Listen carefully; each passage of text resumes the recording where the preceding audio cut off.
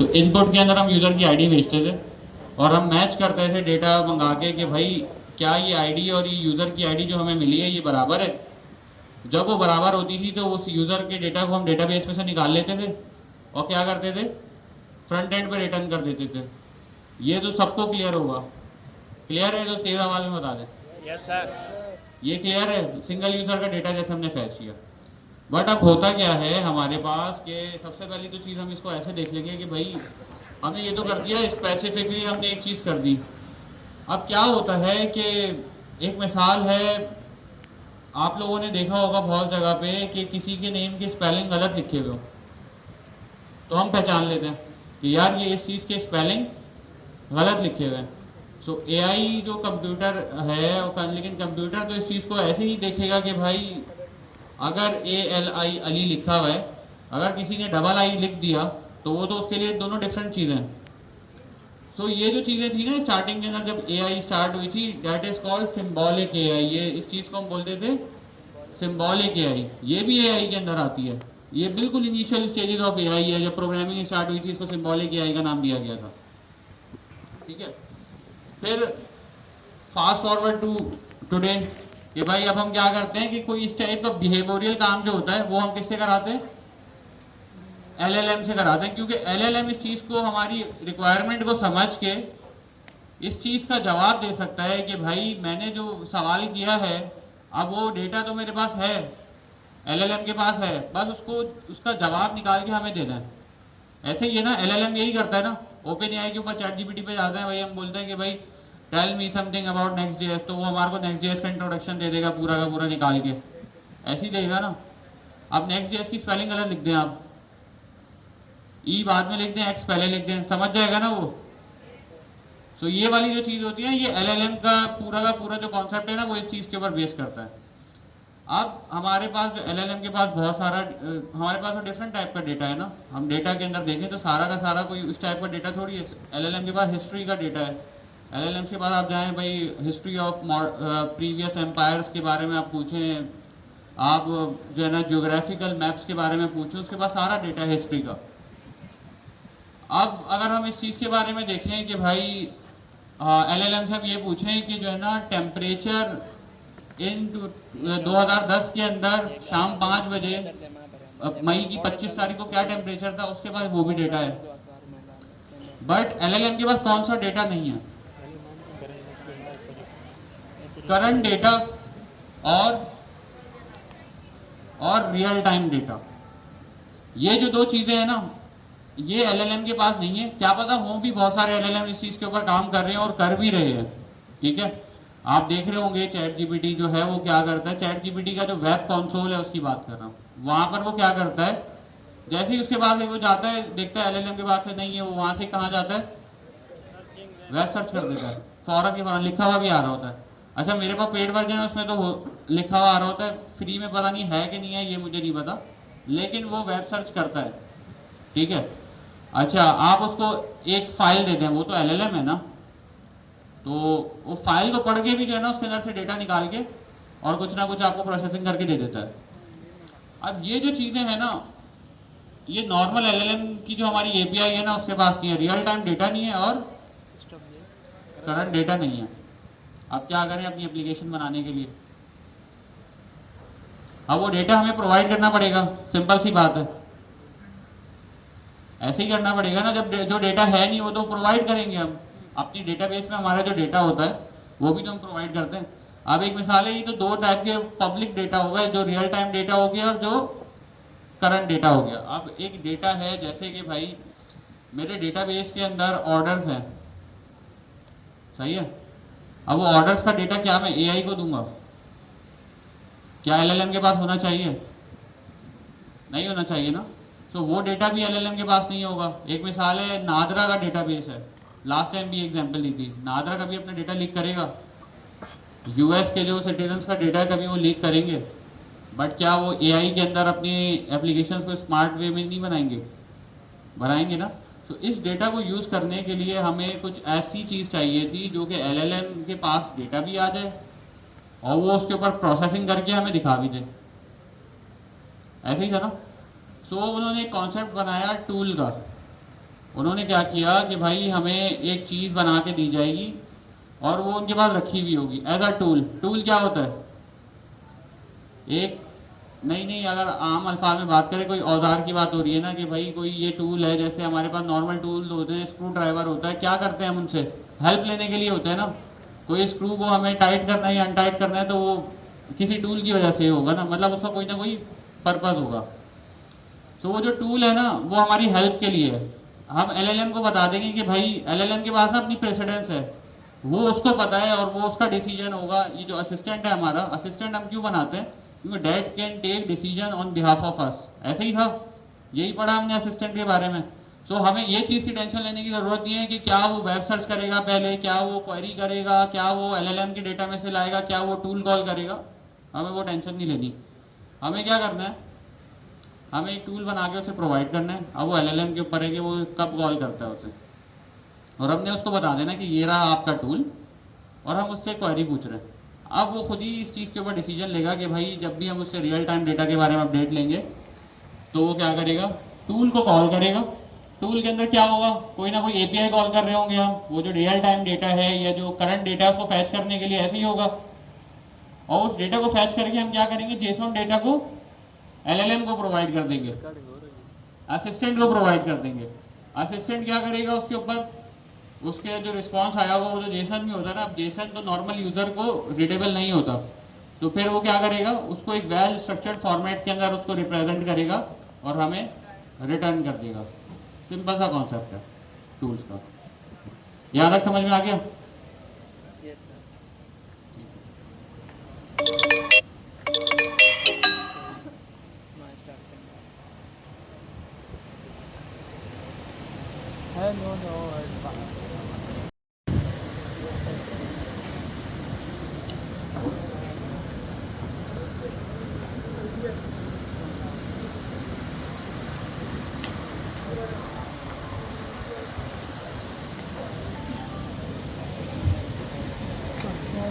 अच्छा ठीक है, सो हम लोग स्टार्ट करते हैं। हमारा एक छोटा सा टॉपिक है, टॉपिक है रिगार्डिंग स्ट्रीमिंग।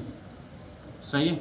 अच्छा, अभी ये मेरे पास जो एक सिंपल सा कोड लिखा हुआ है जिसके आप लोग बिल्कुल फैमिलियर हैं। क्या है भाई? मैंने एक सिंपल सा एक एजेंट बनाया हुआ है जेमिनाई को यूज़ करके।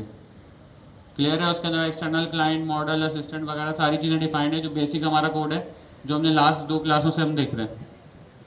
अच्छा, लेकिन इसके अंदर जैसे ही मैं इसको रन करता हूँ ना, आप लोग एक चीज़ नोट कीजिएगा कि जैसे ही इसका रिस्पांस आता है ना, तो स्टार्टिंग में हमें थोड़ा सा वेट करना पड़ता है, और जैसे ही रिस्पांस कंप्लीशन एंड हो जाती है तो वो हमें एक रिस्पांस के अंदर कोई ना कोई टेक्स्ट देता है, और उसके बाद हमारी कमांड रन होना ख़त्म हो जाती है। बट जब हम चैट जीपीटी के ऊपर जाते हैं तो हमने एक बिहेवियर देखा है कि जैसे ही हम उसको कमांड देते हैं ना, तो वो क्या करता है? हमें थोड़ा थोड़ा ना वो वहाँ पे प्रिंट हुआ हुआ लिखा हुआ नजर आने शुरू हो जाता है। एक मिसाल है, व्हाट इज माय नेम, ऐसा लगता है कि कोई लिख रहा है बैठा हुआ। ऐसे ही होता है ना, तेजी के साथ वो लिखा हुआ आ रहा होता है। बट एक तरीके से अगर हम देखें तो ये जो डेटा है, ये हम इस तरीके से कैसे बिहेवियर को चेंज कर सकते हैं कि जो चैट जीपीटी का बिहेवियर है वही हमारे असिस्टेंट का भी बिहेवियर हो जाए। क्योंकि यूजुअली जब भी हम कोई भी एपीआई कॉल करते हैं तो उसका आपने देखा होगा, जब भी हम कोई रेस्ट एपीआई कॉल करते हैं तो उससे जैसे ही रिस्पांस कंप्लीट होता है तभी हमारे पास आता है। ठीक है। बट हमारे पास एक स्ट्रीमिंग का कॉन्सेप्ट होता है। उसमें हम क्या करते हैं कि हमारे पास जितना भी डेटा जो भी हमारे पास आ गया है ना, वो हम रिटर्न करवाते रहते हैं। ठीक है। तो हमारे पास जो ओपन एआई का जो हमारा एजेंट एसडीके से जो हम ये बना रहे हैं अपने एजेंट्स को, हम इसके अंदर भी क्या कर सकते हैं? हम स्ट्रीमिंग को इंट्रोड्यूस कर सकते हैं। वो क्या करेगा? हम एक क्वेरी भेजेंगे एलएलएम के पास, अपने असिस्टेंट के पास। असिस्टेंट किसको कॉल करेगा? पीछे जोर से बताएं। एलएलएम को कॉल करेगा। वो एलएलएम के पास क्वेरी भेजेगा, उससे रिस्पांस लेगा अपने पास और हमें रिटर्न करेगा। अच्छा, अभी इस पूरे टाइम के अंदर क्या है? एक क्वेरी उसके पास जा रही है, वो एलएलएम के पास जा रही है, एलएलएम से डेटा आ रहा है। अब लेकिन जब वो डेटा आ रहा है ना, वो डेटा रिसीव हो रहा है, बट वो हमें क्या कर रहा है?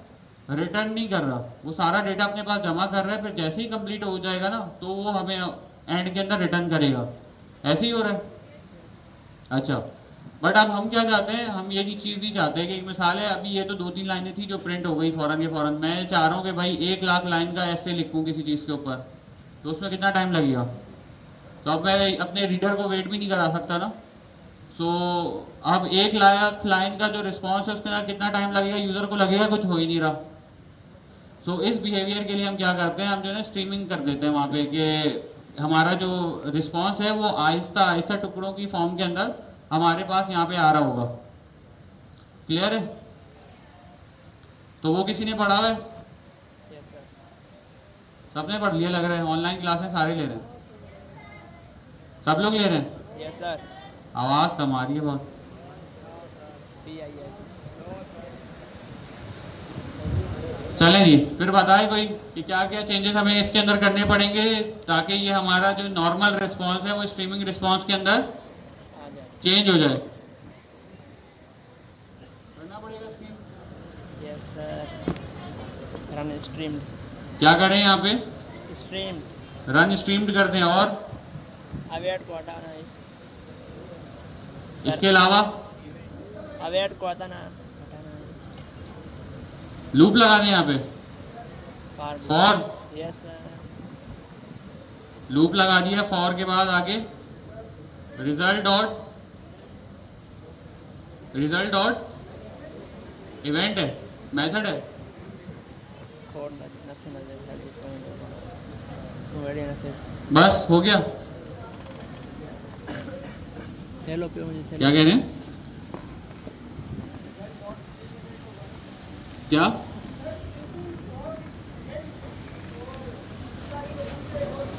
भूल गए? Async for result dot sir screen off हो गई है।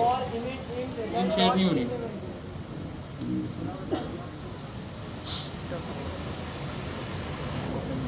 अब आ रहे?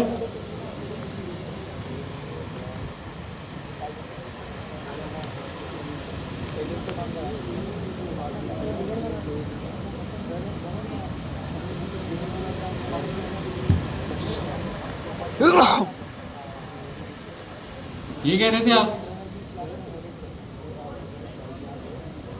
सर पहले एक वेरिएबल भी बनाया ना, async for event result dot stream event. For event भाई मैं तो लिख रहा हूँ जो आप लोग कह रहे हैं। आप सही है? एस भी लगा दें सर। आप सही है? अब ठीक हो गया। आगे एक कंडीशन लगी सर इसमें, if event dot type equals to raw response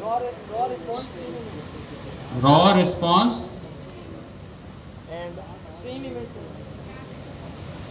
response आएगा। Yes sir. आएगा सर, भूल गए?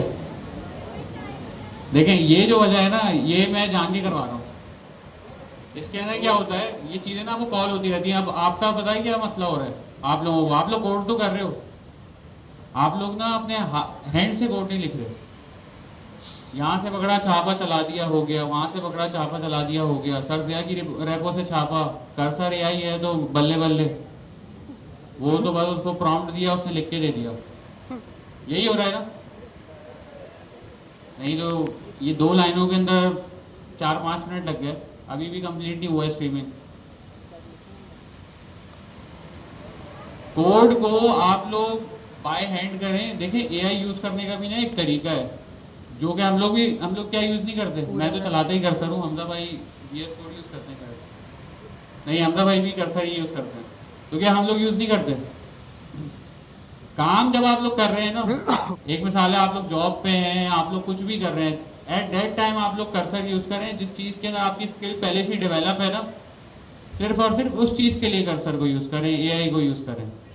अदर देन दैट जब आप लर्निंग कर रहे हो ना, तो ये चीज़ें बंद कर दो। मैं भी जब पढ़ा रहा होता हूँ ना यहाँ पे, तो ये जो टैब कंप्लीशन होती है ना, वो बंद करके लेके आता हूँ। यहाँ पे कभी हो रहा होता है कि वो मुझे ऑप्शन दे रहा हो कि भाई कंप्लीट कर दे, मैं यहाँ से क्या नाम है टैब की दबाऊँ, पूरा कोड लिखा हुआ आ जाए।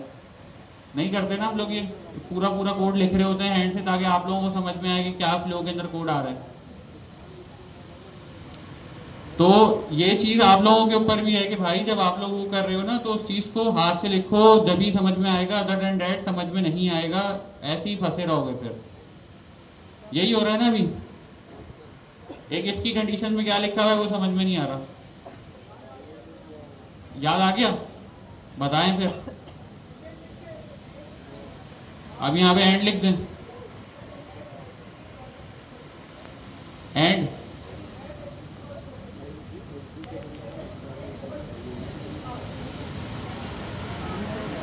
सर एंड आएगा, इंस्टेंस आएगा सर। End is instance. जी सर। Even dot data. हाँ, इवेंट डॉट डेटा। डेटा, आगे कॉमा लगा कॉमा लगा दूं, दें सर। आगे response tag delta event. Response tag text delta event. ये कहाँ से आएगा? इंपोर्ट करना पड़ेगा लग रहा है। From OpenAI dot type dot responses report. कहाँ से? From open AI dot type dot type आगे रिस्पॉन्स डॉट रिस्पॉन्स जी रिस्पॉन्सेज वो आ गया सर ऊपर। जी आप करवा रहे हो। सही है, ऐसे ही है। अब यहाँ पे क्या करना है आगे? प्रिंट कर दूं? Yes sir. जी सर अब प्रिंट करवा दें। Event dot data event dot data dot delta dot delta. Comma लगा के एंड करके प्लस 2 कर दें सर। अब एंड करके एम्प्टी स्ट्रिंग लगा के प्लस 2 कर दें सर।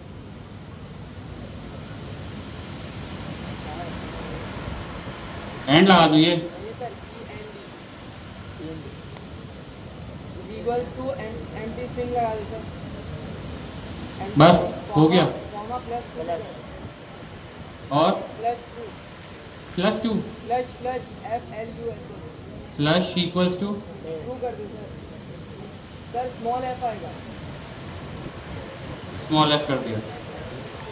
अब कंप्लीट हो गया। जी सर बस। सर उसको ये याददाश्त कहाँ से आएगी हमसे? सर वो मेल को भी कॉल करा लेना लैपटॉप पे async.net। देखिए ये चीज़ ना खुद से कोड लिखना आना चाहिए। स्टार्ट है बिल्कुल। इंटरव्यू में भी जाओगे ना, इतना अच्छा काम आएगा, सब कुछ आएगा। भाई एजेंट बना रहा हूँ, ये कर रहा हूँ, वो कर रहा हूँ। लिंक्डइन पे HR देखेगा, इम्प्रेस हो जाएगा, इंटरव्यू में बुलाएगा, बोलेगा एक एजेंट बना के दिखा दो, वहीं फंस जाएंगे सब। और अगर जेमिनाई का जो API URL है ना, वो भी मिला हुआ था, जो कि OpenAI ने प्रोवाइड नहीं किया, लेकिन उसके बाद एक्सटर्नल क्लाइंट नहीं बनाया गया। ऐसे ही होगा ना। अभी भी अगर किसी से पूछ लिया जाएगा ना कि एक असिस्टेंट बनाने में कितने स्टेप होते हैं, तो वो भी नहीं पता होगा किसी को, या पता होगा तो मोस्टली लोगों को नहीं पता होगा। तो ये कोड हाथ से लिखें।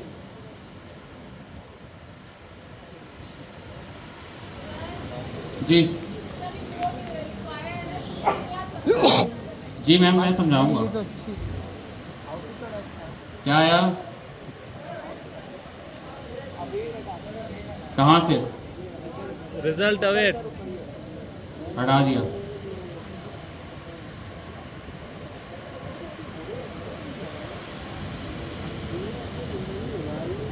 बेसिक भी हटा दे। तो गया चले अब चला कर देखते हैं भाई कोड चल रहा है। सबसे पहले चलता हुआ देख लेते हैं, फिर देखते हैं कि भाई हो रहा कैसे है। अब की बार देखिए कि हमारे पास जो रिस्पांस आएगा वो किस तरीके से आया। वो हमारे पास चंक्स के अंदर आया किस तरीके से कि जैसा जो जो डेटा हमारे पास रिसीव होता गया वो हमारे जो असिस्टेंट है उसने फौरन रिटर्न कर दिया। अच्छा, ये तो हमारे पास थोड़ा सा कंटेंट है, something about Pakistan in 1000 words. अब आई थिंक ये कुछ बड़ी चीज हमारे पास रिटर्न करवाएगा। अब देख रहे हैं हमारे पास रिस्पांस आता जा रहा है, वो प्रिंट होता जा रहा है, और उसके बाद वो क्या करेगा, एंड में जैसे ही हमारे पास रिस्पांस कंप्लीट हो जाएगा, सो उसके बाद हमारी स्ट्रीमिंग भी कंप्लीट हो जाएगी, जैसे वो हमारे पास यहाँ पर हो गई। सिंपल सा काम किया है, कुछ भी नहीं किया है। हमारे पास रनर डॉट रन का मेथड होता था, तो अगर हमें कहीं पे स्ट्रीमिंग चाहिए तो हमने क्या किया है, वहाँ पे रनर डॉट रन स्ट्रीम्ड का मेथड है। ठीक है, अब इसके अंदर क्या हो रहा है, रनर जो है जो उसके पास रिस्पांस आता जा रहा है रनर की क्लास के पास, ठीक है, तो वो कहाँ पे रिटर्न कर रहा है, सारा का सारा रिजल्ट के अंदर रिटर्न कर रहा है। क्लियर हो गया यहाँ तक? अब जैसे ये क्लियर वो रिजल्ट के अंदर आ रहा है ना, अब रिजल्ट में भी कहीं ना कहीं रखा हुआ होगा तो वो कहाँ से उठा सकते हैं हम, वो चीज़ हमें कैसे मिलेगी? जितने भी स्ट्रीम्ड इवेंट्स हैं वो सारे के सारे कहाँ पे आ रहे हैं? रिजल्ट के अंदर। ठीक है, जब भी हमने यहाँ पर देखे ना स्ट्रीम रिजल्ट है, ये कहाँ पे रिटर्न करेगा? रिजल्ट के अंदर। फिर हमने रिजल्ट के अंदर से कैसे निकाला है? रिजल्ट के अंदर जो भी स्ट्रीम्ड इवेंट्स पड़े हुए हैं, ओपन एजेंट एसडीके ने मुझे एक मेथड दिया है और किस नाम से, बोला भाई स्ट्रीम्ड इवेंट वाला मेथड चलाओ। सारे के सारे स्ट्रीम्ड इवेंट आपके पास, स्ट्रीम्ड इवेंट्स की एक एरे है उसके अंदर रखे हुए हैं, आप उसके ऊपर लूप लगाओ और उसके अंदर से डेटा निकाल लो। ऐसे ही है। तो मैंने क्या किया, फॉर लूप लगा दिया। फॉर इवेंट इन का ऑपरेटर किस चीज के लिए यूज होता है? चेक करने के लिए यूज होता है ना, चेकिंग ऑपरेटर है कि वो बोला है भाई क्या इवेंट जो है वो स्ट्रीम के अंदर है। आपको इनका जो ऑपरेटर है वो चेक भी कर रहा है और वो लूप भी कर रहा है। अगर इसके अंदर कोई भी इवेंट नहीं होगा तो वो लूप को रन ही नहीं करेगा, और अगर होगा तो वो उठ के कहाँ पे आ जाएगा? इवेंट के अंदर आ जाएगा। अब हमने इवेंट के अंदर आने के बाद भी ना हमने सबसे पहले उसकी टाइप देखनी है, टाइप देखनी है और उसका इंस्टेंस देखना है कि वो कौन सी क्लास का इंस्टेंस है, जब भी हमने उसको प्रिंट करना है। हमारे पास बहुत सारी टाइप के इवेंट होंगे जो एट द टाइम स्ट्रीम हो रहे होंगे। ठीक है, सो उसके अंदर से हमें जो देखना है ना, रॉ रिस्पॉन्स इवेंट, जिसकी इवेंट की टाइप है वो हमारा रिक्वेस्टेड इवेंट है। और उसके बाद हमें उसके एक और चीज देखनी है क्या, कि क्या वो रिस्पॉन्स टेक्स्ट डेल्टा इवेंट की का इंस्टेंस है कि नहीं है। ठीक है, अगर मैं ये वाली कंडीशन हटा दूं तो क्या होगा? अगर मैं यहां से ये वाली कंडीशन हटा देता हूं तो क्या होना चाहिए? नहीं हो, शायद ना चले। देख रहे हैं वो क्या कह रहा है?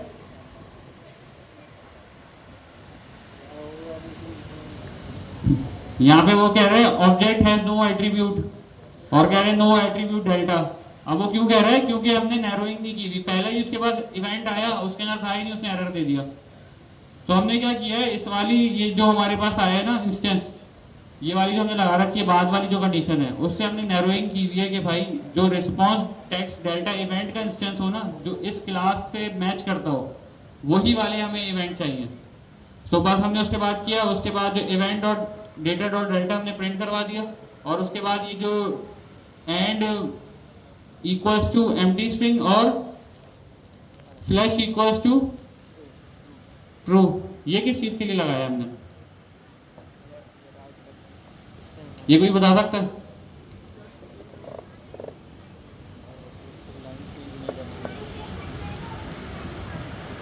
अब क्या हो रहा है, जो भी स्ट्रीमिंग हो रही है उसके बाद क्या आ रहा है हमारे पास के लाइन ब्रेक आ रहा है। वो लाइन ब्रेक को रोकने के लिए हमने दो पैरामीटर, ये प्रिंट फंक्शन के मेथड के पैरामीटर हैं, ये और किसी चीज के पैरामीटर नहीं है, ये एजेंट एसडीके का कोई भी चीज नहीं थी। ये हमने प्रिंट मेथड के अंदर दो पैरामीटर और दे दिए, end equals to empty string और फ्लैश इक्वल्स टू ट्रू। इसने क्या किया, हमारी लाइन ब्रेक हटा दी। क्लियर हो गया? स्ट्रीमिंग के अंदर सिंपल सा हमें एक काम ये करना था। सो अब से मेक श्योर करें कि जो भी कोड लिख रहे हैं वो खुद से लिखें, उसकी बार बार प्रैक्टिस करें।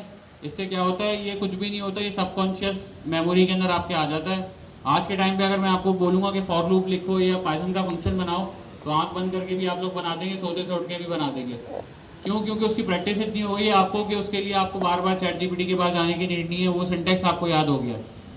सो इसको फौरन मास्टर कर लें, ताकि आगे चल के कहीं पे भी कोई भी गलती होगी तो वो आपको पकड़ने में भी आसानी होगी, डिबगिंग में भी आसानी होगी। सबसे ज़्यादा गलती जो करते हैं ना लोग, वो डिबगिंग के अंदर करते हैं, जिनको सिंटेक्स याद नहीं होता।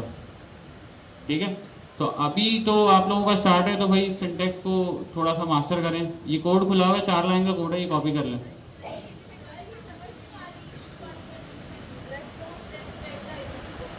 कौन सी? ये वाली इस कंडीशन। ठीक है, देखें हमारे पास जब ये चला ना रन स्ट्रीम, इसने 2-3 चीजें की।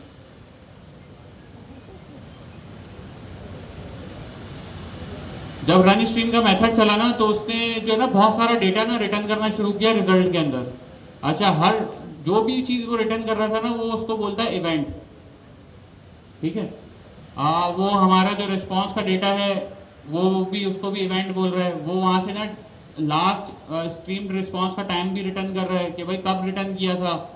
अच्छा, उस जिस वक्त उसने रिटर्न किया था उस वक्त नेट की स्पीड क्या आ रही थी वो भी उसने रिटर्न किया। मतलब इस टाइप का बहुत ज़्यादा, किस आईपी एड्रेस से रिक्वेस्ट गई थी उसका भी उसने डेटा रिटर्न किया। और इन सारे डेटा को वो क्या कह रहा है, वो इन सारे डेटा को इवेंट कह रहा है। ऐसा अज्यूम कर लें कि वहाँ से आपका जो आपने क्वेरी भेजी थी उसका भी डेटा आ रहा है और वहाँ से बहुत सारा इररेलेवेंट डेटा भी आ रहा है, जो कि एज अ मेटा डेटा तो यूज़फुल है लेकिन अभी हमारे केस में यूज़फुल नहीं है। ठीक है, जब हमें उसकी नीड होगी तो जब हम देखेंगे। अब बताता हूँ ना, अवेट क्यों लगाते हैं, अवेट लगाते क्यों हैं? यस, तो वो उसके जो नीचे वाला जो फंक्शन है ना वो सारे एसिंक है। एसिंक फॉर लगाया मैंने वहाँ पे कि वो जब तक स्ट्रीम रिस्पॉन्स आ रहा है जब तक वो एसिंक्रोनसली फॉर लूप चलता रहेगा। अच्छा जी, तो अब ये जो सारा का सारा इररेलेवेंट डेटा है उसके अंदर से मुझे मोस्ट रेलेवेंट जो डेटा है वो कौन सा है, मेरा इवेंट के अंदर से मुझे चाहिए और बाकी डेटा नहीं चाहिए। ठीक है, और मैंने जो उसके नीचे जो लॉजिक लिखी है ना वही लिखी है। तो मैंने यहाँ पे क्या किया कि भाई मैंने एक फॉर लूप लगाया रिजल्ट डॉट स्ट्रीम्ड इवेंट्स। उसने क्या किया, सारे के सारे जो स्ट्रीम्ड इवेंट्स थे ना वो सब उठा के लेके आ गया। उसके अंदर रिलेवेंट डेटा भी था और उसके अंदर कौन सा डेटा था, जो मेरी क्वेरी के रिस्पॉन्स में बार बार आ रहा है कंटिन्यूअसली। यहाँ तक क्लियर है? अच्छा भाई, अब मुझे ये चीज़ चेक करनी है कि भाई जो डेटा मुझे चाहिए ना वो कौन सा डेटा है। ठीक है, तो उसकी दो टाइप्स हैं। क्या चीज़, सबसे पहले इवेंट की टाइप क्या होगी, क्या टाइप होगी मैम, रॉ रिस्पॉन्स इवेंट। ठीक है, और वो कौन सी क्लास का इंस्टेंस होगा, वो रिस्पॉन्स टेक्स्ट डेल्टा इवेंट की जो क्लास है ना उसका इंस्टेंस होगा।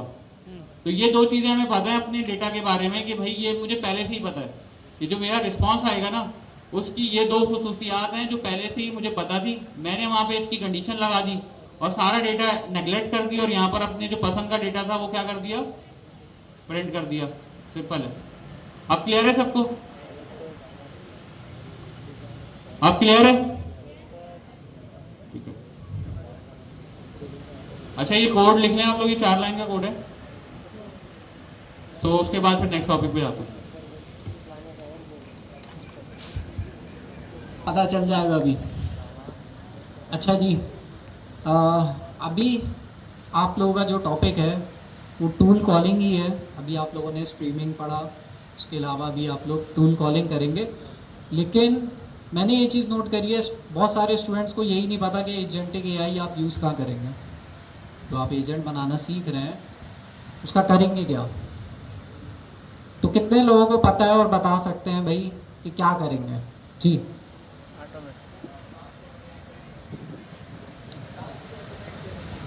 टास्क ऑटोमेट करने के लिए कोई एग्जांपल?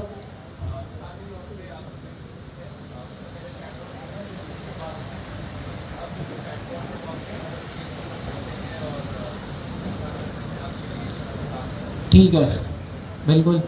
और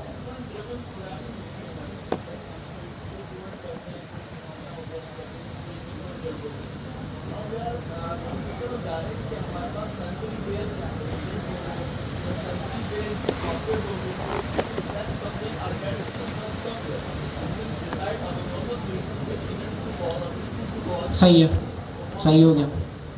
ठीक है, और किस किस को पता है? जी,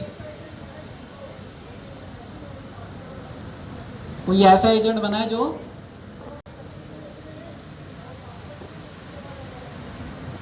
वो खुद ही हमारे अकाउंट में पैसे भर दे?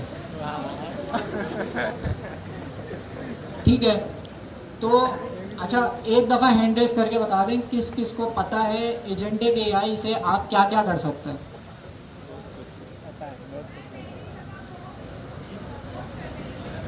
लिंक्डइन पे आपकी जगह जाके पोस्ट कर दे ऑटोमेटिकली। आपने बता दिया हफ्ते में 4 पोस्टें कर देना, बस वो खुद ही बनाएगा, खुद ही पोस्ट कर देगा। ठीक है, तो काफ़ी सारे लोगों को, जी थोड़ा ज़ोर से बोला। क्या असिस्टेंट यूज कर सकते हैं? गूगल असिस्टेंट भी बना सकते हैं। मैं एक सेकंड कनेक्ट कर लूं। ठीक है, तो आप जो है एजेंटिक एआई से बहुत सारे काम कर सकते हैं, लेकिन वही चीज़ है, अभी तक बहुत सारे लोगों ने कुछ किया ही नहीं है एजेंटिक एआई से। कितने लोगों ने कुछ ना कुछ प्रोजेक्ट बनाया है? आज पहली दफ़ा मुझे लड़के जीतते हुए नज़र आ रहे हैं, वरना मेरी क्लास में हमेशा ख़वातीन के ज़्यादा हैंडल्स होते हैं।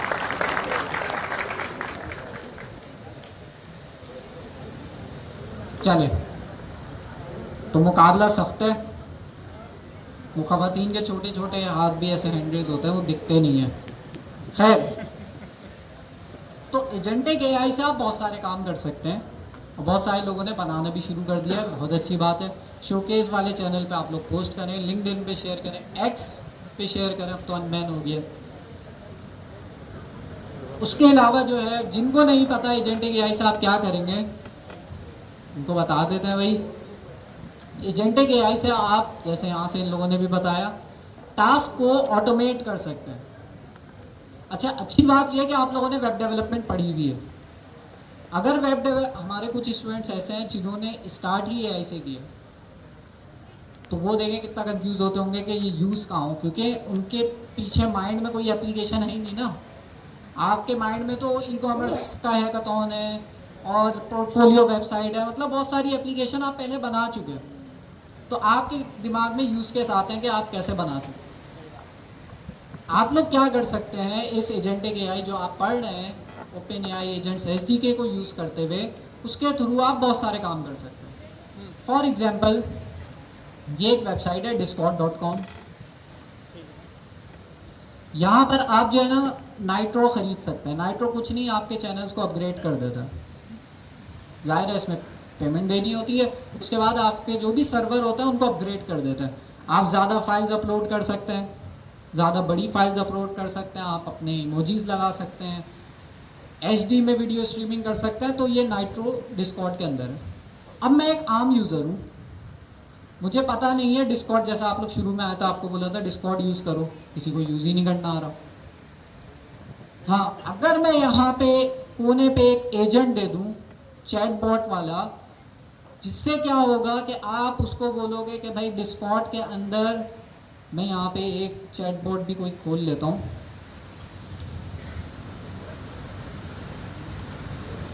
तो यहाँ इनके पास यकीनन होगा कोई ना कोई, नहीं, पैनावर सिटी का खोल लेता हूँ। पैनावर सिटी आ जाएगा, ठीक है। तो यहाँ पे कहाँ है? नहीं है नीचे, ये है स्टूडेंट बॉट, ये रहा। तो यहाँ पर आके आपके पास एक चैट बॉट खुलता है। डिस्कॉर्ड वाली एग्जांपल में आप क्या कर सकते हो, डिस्कॉर्ड वाली एग्जांपल में आके आप जो है यहाँ पे टाइप करके पूछ सकते हो कि भाई डिस्कॉर्ड पे साइन अप कैसे करें। साइन अप करने के बाद ये आपका चैटबॉट, अगर नॉर्मल चैटबॉट होता ना तो आपको बताता भाई आप पहले जाओ लॉगिन वाले बटन पे क्लिक करो, वहाँ अगर रजिस्टर का ऑप्शन, वहाँ जाके अपना ईमेल पासवर्ड डाल के साइन अप कर दो। ये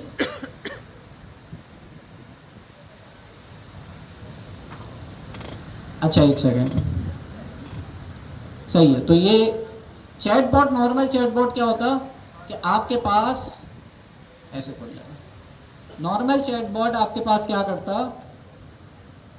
थोड़े SMD के डब्बे ख़राब हैं तो वो हाइड हो रहे हैं, मसला नहीं है।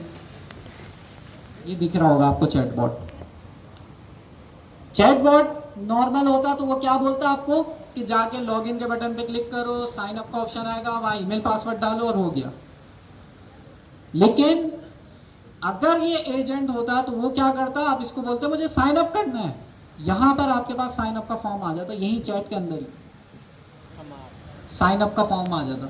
आप यहाँ ईमेल पासवर्ड डालें, साइन अप करें, साइन अप भी हो जाएगा और आपका बैकग्राउंड में चैनल्स भी खुल जाएंगे अगर ये एजेंट होगा।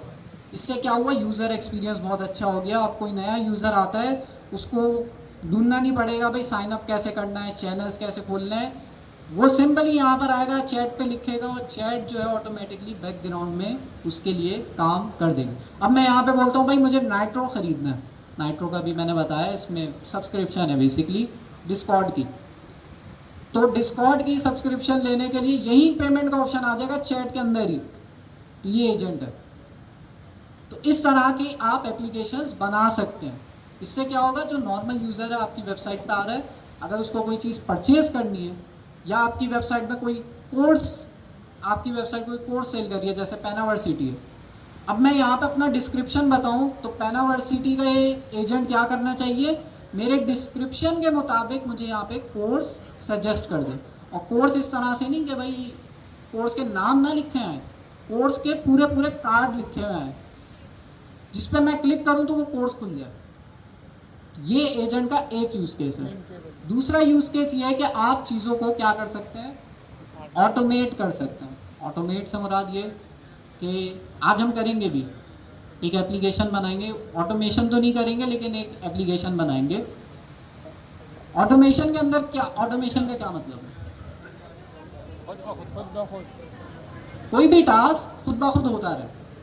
आप सो रहे हैं घर पे आराम से, वो टास्क खुद ब खुद हो रहा है। एग्जाम्पल, आपके पास एक बिजनेस चल रहा है, उसकी एक ईमेल भी होगी जीमेल के अंदर, तो आपके पास बहुत सारी ईमेल्स आती होंगी, 100-200 दिन की ईमेल्स आती होंगी।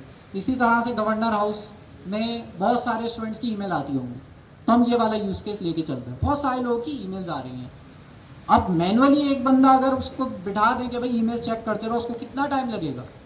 हम एक ऐसा सिस्टम बना दें कि कोई भी ईमेल आए, वो ईमेल ऑटोमेटिकली हमारे जीमेल से कहाँ चले जाए, हमारे एजेंट के पास, हमारे एजेंट के पास ऑटोमेटिकली चले जाइए, हम कर सकते हैं। जब हमारे वो ईमेल हमारे एजेंट के पास चली जाए, तो हमने एजेंट ऐसा बनाना है, वो क्या करेगा, वो ईमेल को पढ़ेगा, देखेगा क्या वो एजेंट उस स्टूडेंट की प्रॉब्लम सॉल्व कर सकता है, या अगर नहीं कर सकता तो किसी एडमिन के बंदे को फॉरवर्ड कर देगा।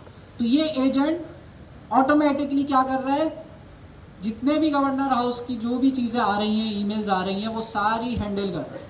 ये ऑटोमेशन है। इससे क्या हुआ, जो बंदा पहले बैठ के हर ईमेल को देख रहा था, उसका काम अब ख़त्म हो सकता है। बहुत सारी ऐसी फजूल सी ईमेल आ रही हो, अब वो जो फजूल वाली ईमेल आ रही है उसमें क्यों टाइम वेस्ट करना, तो हमारा एजेंट क्या करेगा, उसको ऑटोमेटिकली हमारे जीमेल अकाउंट से डिलीट कर देगा। ये भी कर सकता है। कैसे करेगा, मैं कह रहा हूँ, हमारे एजेंट के पास हमने एक ईमेल सेंड करी, जीमेल से एक ईमेल सेंड करी, हम ये वाला काम कहाँ से कर सकते हैं, जीमेल में जाके कर सकते हैं, ये जीमेल से ही होगा। खैर, ईमेल हमारे पास एजेंट के पास आ गई।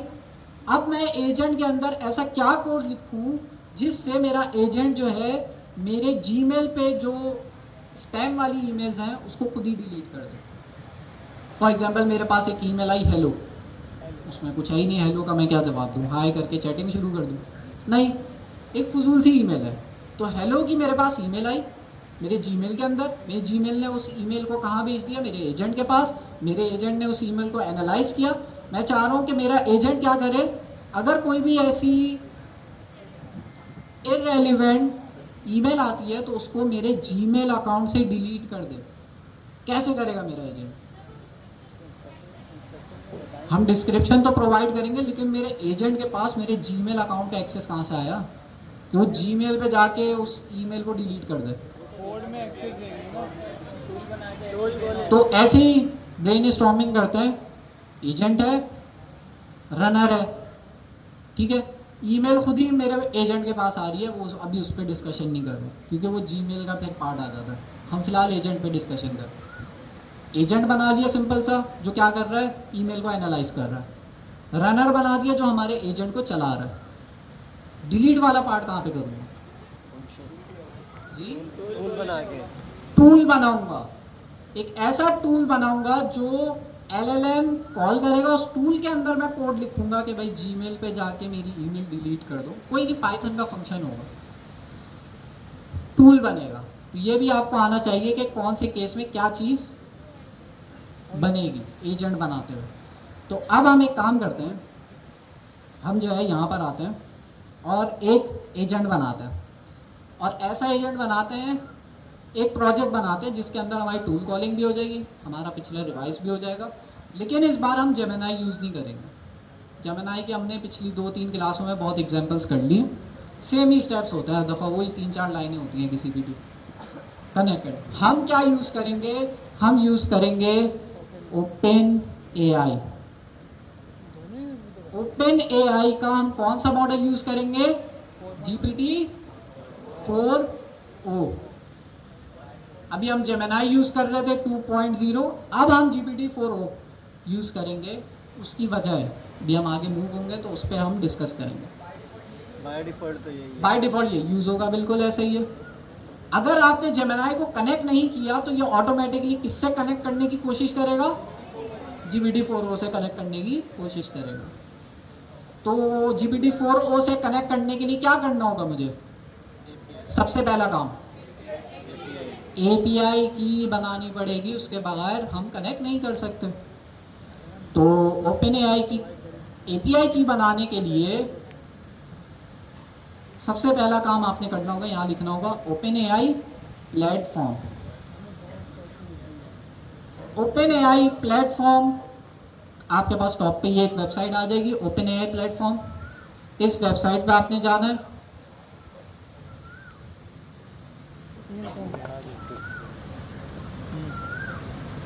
मैंने क्योंकि लॉगिन करा हुआ है, मेरे पास ये लॉगिन हुआ हुआ है, आप भी लॉगिन कर लें, कोई मसला नहीं है। सिंपल लॉगिन है, लॉगिन विद जीमेल कर लें। तो मैंने लॉगिन विद जीमेल किया हुआ है। लॉगिन होने के बाद आपके पास भी यही पेज खुलेगा, इवन लॉग आउट भी हो तब भी यही पेज खुलेगा। यहाँ लेफ्ट साइड पे आपको क्या क्या चीज़ें नज़र आ रही हैं, जरा मैं जूम करता हूँ।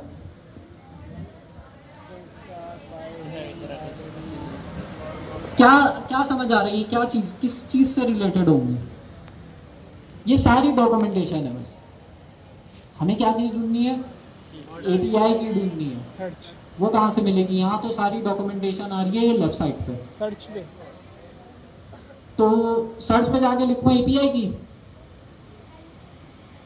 API की आ गई। सर्च से भी आप लिख सकते हैं, लेकिन अगर आपको याद ना हो तो आप जो है कहाँ जा सकते हैं, यहाँ आ रहे हैं टॉप राइट साइड पे डैशबोर्ड। डैशबोर्ड। सरेसन इसको ना हाइड कर दें, जो कोने पे आ रही है ना पिक्चर। भी हो सकता है। हाँ बताता हूँ अभी, छोटा कर दो, सही है। तो राइट साइड पे टॉप पर आ रहा है डैशबोर्ड। ये सारी डॉक्यूमेंटेशन हुरैन आई हुई है, हुरैन आई हुई है, ठीक है। तो हुरैन को मैंने एक टास्क दिया हुआ है कि वो सिर्फ हमारी क्लास में, असल में हमारा डिस्कॉर्ड में जो क्लास कंटेंट का चैनल था ना, उसमें बहुत सारे लोग कंट्रीब्यूट कर रहे थे, जिससे वो हमारे पास सही मेंटेन नहीं हो रहा था। तो अब मैंने सिर्फ हुरैन को ये टास्क दिया है कि भाई आप क्लास कंटेंट का चैनल मैनेज करेगा, क्योंकि इन्होंने पहले भी एक चैनल क्लास कंटेंट का ही मैनेज कर रही हैं, तो वो कर लेंगी। तो हुरैन स्टेप बाय स्टेप आपने जो है ना ये वाला स्टेप भी बता देना, API की कहाँ से जनरेट होगी, ठीक है। डैशबोर्ड पे जाना है, वैसे आप लोग इतने स्मार्ट तो हो गए हैं कि निकाल लेंगे, बट डैशबोर्ड पे जाना है। डैशबोर्ड पे जाने के बाद यहाँ लेफ्ट साइड पे बॉटम पे यहाँ पर आ रही है API कीज़। API कीज़ में आपने जाना है, और यहाँ मेरी पहले से API कीज़ बनी हुई है, आप लोगों ने भी बना लेनी है। यहाँ पर क्रिएट न्यू API की, API की कुछ आपकी इस तरह से होगी, SK से स्टार्ट होगी, बाकी आपकी रैंडम करेक्टर। API की किसी से भी शेयर नहीं करनी। अब आते हैं मेन चीज़ के ऊपर, क्या ये फ्री है, ये है पेड। कितना महंगा है, कितने दिन होंगे, एक जायदाद नहीं, $5 एक वक्त का खाना कह सकते हैं। तो रात को आप भूखे सोए, अगले दिन ये ले लेगा, ठीक है। $5 की इसकी आप क्या ले सकते हैं, क्रेडिट ले सकते हैं। जैसे आप मोबाइल का रिचार्ज करते हैं ना, उसी तरह से यहाँ पर भी रिचार्ज करना होता है इसे। तो $5 का आप टॉपअप करा सकते हैं अगर इसको यूज़ करना है। आप लोग ये भी कर सकते हैं कि भाई 5-6 लोग दोस्त मिलके एक $5 डिपॉजिट करें, टॉपअप करें और एक ही की सब यूज़ करें और वो काफ़ी चल जाती है। लेकिन 5 दोस्त ही करेगा, क्योंकि कोई छठा कोई दोस्त नहीं हुआ और वो उसने सारी क्रेडिट ज़ाया कर दिया तो सब आपस में एक दूसरे को ब्लेम करते रहेंगे। तो आपस में जो है आप लोग ये भी कर सकते हैं। और आप अगर बहुत पैसा है तो $5 की बात है, एक चीज़ के पैसे बचा के $5 की ले लेना है। किसी के कितने लोग हैं जिनके पास डेबिट कार्ड है या क्रेडिट कार्ड? बहुत सारे लोगों के पास नहीं है। कैसे बनेगा?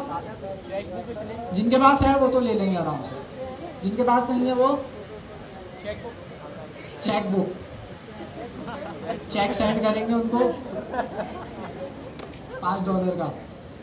$5 क्या $20 तो जाने में ही लग जाएंगे।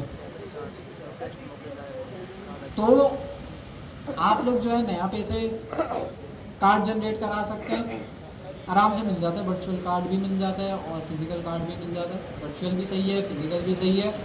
नया पे में आराम से घर बैठे 5 मिनट में अकाउंट बन जाता है। वो कार्ड आप ले लें अगर आपने ऑनलाइन पेमेंट करनी है तो जी।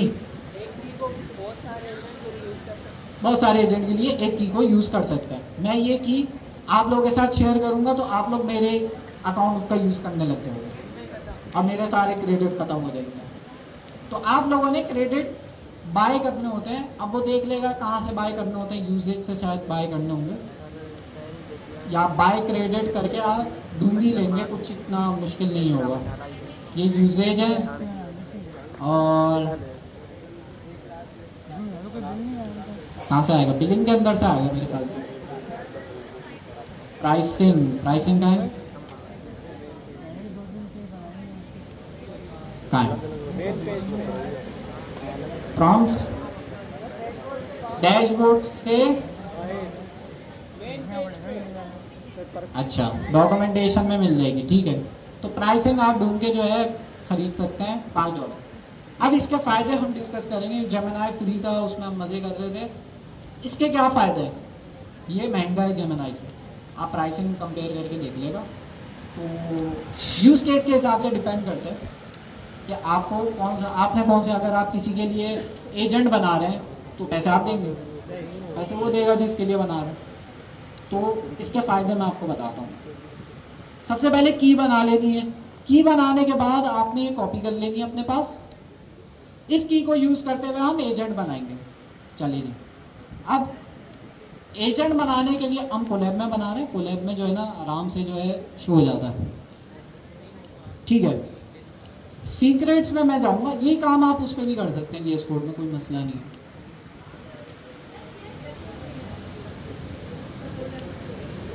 एक ही चीज़ है, VS कोड में करें या कोलैब में करें, वही कोड कॉपी में करके वहाँ करूँगा, इन्वायरमेंट वेरिएबल की फाइल बनाऊंगा, सेम काम ही होगा। क्योंकि मैं सिंपल रखना चाह रहा हूँ, तो कोलैब में बड़े सिंपल से हम समझ सकते हैं, तो सिंपल करके समझ लेते हैं। या अगर किसी को मुश्किल होगी तो आके बता देना, हम डिस्कस कर लें। ओके, तो OpenAI और यहाँ जूम भी आराम से हो जाता है, वहाँ नहीं होता VS कोड, प्लस से करना पड़ता है। अच्छा, OpenAI API की आपने सीक्रेट में ऐड कर देनी है अपनी। इसका नाम आप ये रख लें तो ज़्यादा अच्छा है, वैसे नाम कुछ भी रख सकते हैं। आपका जो भी सीक्रेट है वो यहाँ रख लेना। मैंने यहाँ पे रख लिया, जो मैं दिखाऊंगा नहीं, एक बार दिखा दो, ठीक है। तो सीक्रेट्स में जाके आपने सीक्रेट कहाँ पे, लेफ्ट साइड पर, ये कोने में आ रहा है, ठीक है। यहाँ पे जाके एक सीक्रेट आपने ऐड कर लिया, आपकी की आ गई है। बस अब हमें सिर्फ कोडिंग करनी है। एक दफ़ा सीक्रेट से ऐड कर दिया, अब कोडिंग करनी है। सबसे पहले हम क्या चीज़ इंस्टॉल करते हैं एजेंट्स बनाने के लिए? OpenAI agents. तो पहले एक सिंपल सा एजेंट बना लेते हैं, फिर उसके बाद आगे चलते हैं, फिर अपने प्रोजेक्ट की तरफ चलते हैं। पिप इंस्टॉल -QU का क्या मतलब है जी? वाइट मोड में होगा, जिसका मतलब इतने सारे लॉग्स आना शुरू हो जाते हैं ना, वो नहीं आएंगे। और अगर हमारे पास पहले से इंस्टॉल है तो वो अपडेट हो जाएगा। यू का ये मतलब है अपडेट। पिप install open AI agents install करते हैं जल्दी से, तो जल्दी से हमारे पास इंस्टॉल हो जाएगा। हम अगला कोड लेते हैं। जब भी कोलैब के अंदर हम एजेंट्स बनाते हैं तो हमें क्या चीज़ एक एक्स्ट्रा लाइन लिखनी होती है, import nest async io nest async io dot apply। ये हमें लिखना ही होता है अगर कोलैब में चला है। ये इस कोड में नहीं लिखेंगे, ठीक हो गया, क्योंकि हमारा जो भी कोड होता है ना वो एसिंक्रोनसली चलता है। कोलैब के अंदर अगर एसिंक्रोनस कोड चलाना है ये लिखना पड़ेगा जी। ये पोर्ट कर लेना है बस। ये पैकेज है जो इंस्टॉल हुआ है पहले से हमारे पास। नेक्स्ट क्या इसका क्या काम है? इसका ये काम है कि भाई मैंने बताया हमारे कोड में हमने एसिंक्रोनस कोड चलाना है। कोलैब के अंदर एसिंक्रोनस कोड डायरेक्टली नहीं चल सकता, तो हमने ये पैकेज यूज़ करना होता है जिससे ये क्या करता है, एसिंक्रोनस नाम से ही पता चल रहा है, नेस्टेड के अंदर चला देते हैं। अब बैकग्राउंड में क्या वर्किंग हो रही है उसको अभी डिस्कस नहीं करते, ये सिर्फ कोलैब के लिए। अच्छा जी, आते हैं एजेंट बनाने से पहले, चलो पहले एपीआई की वाला काम कर लेते हैं। तो एपीआई की मैंने आपको पता है सीक्रेट्स के अंदर मैंने जाके रख दी है, तो वही मुझे एपीआई की यहाँ पर अपने पास लानी है। तो उसके लिए क्या कोड लिखते हैं, import from google.colab import user data। अच्छा, उसके बाद हमारी एपीआई की का क्या नाम था, यूजर डेटा डॉट गेट। जो भी हमने नाम रखा था वो हम सेम टू सेम यहाँ पे नाम रख के उस एपीआई की को अपने पास गेट कर लेंगे। तो नाम देख लेते हैं सीक्रेट के अंदर से, ये नाम है ओपन एआई एपीआई की, ठीक है, हम करते हैं।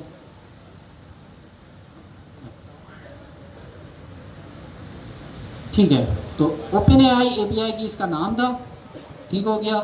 इसको हम एक वेरिएबल में रख देते हैं, एपीआई की करके वेरिएबल में हमने रख दिया। एक और चीज़ मुझे इंपोर्ट करानी है, इंपोर्ट ओएस। हमने क्या करना है, अपने प्रोजेक्ट के अंदर ये जो एपीआई की है इसको इन्वायरमेंट वेरिएबल में सेट करना है। जब हम वीएस कोड में काम कर रहे होते हैं तो .env की फाइल बनी हुई होती है, तो हमें इन्वायरमेंट वेरिएबल में सेट करने की ज़रूरत वहाँ पे नहीं पड़ती। यहाँ पे क्योंकि .env की फाइल नहीं है, यहाँ तो सीक्रेट्स कोलैब का अपना फीचर है, ये env की फाइल बनाने की जगह नहीं है। तो अगर मुझे इन्वायरमेंट वेरिएबल सेट करना है तो उसका क्या तरीका होता है, os.environ, ये पूरी लाइन। ये क्या कर रहा है, ये मेरी ओपन एआई एपीआई की को इन्वायरमेंट वेरिएबल में सेट कर रहा है। आप .env की फाइल बनाते थे ना, तो कैसे बनाते थे, यहाँ कोई खुली भी है, यहाँ मैं एक बना लेता हूँ।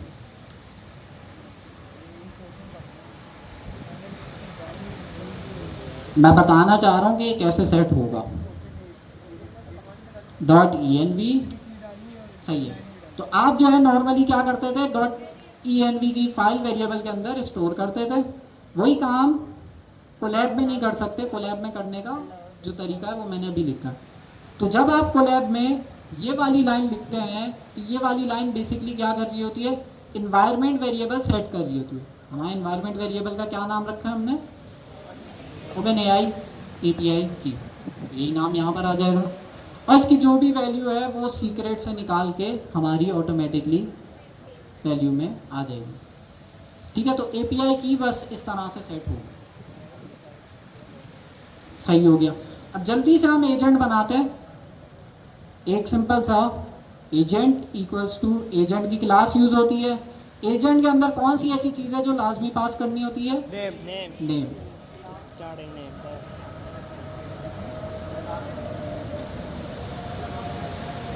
असिस्टेंट। जी जी।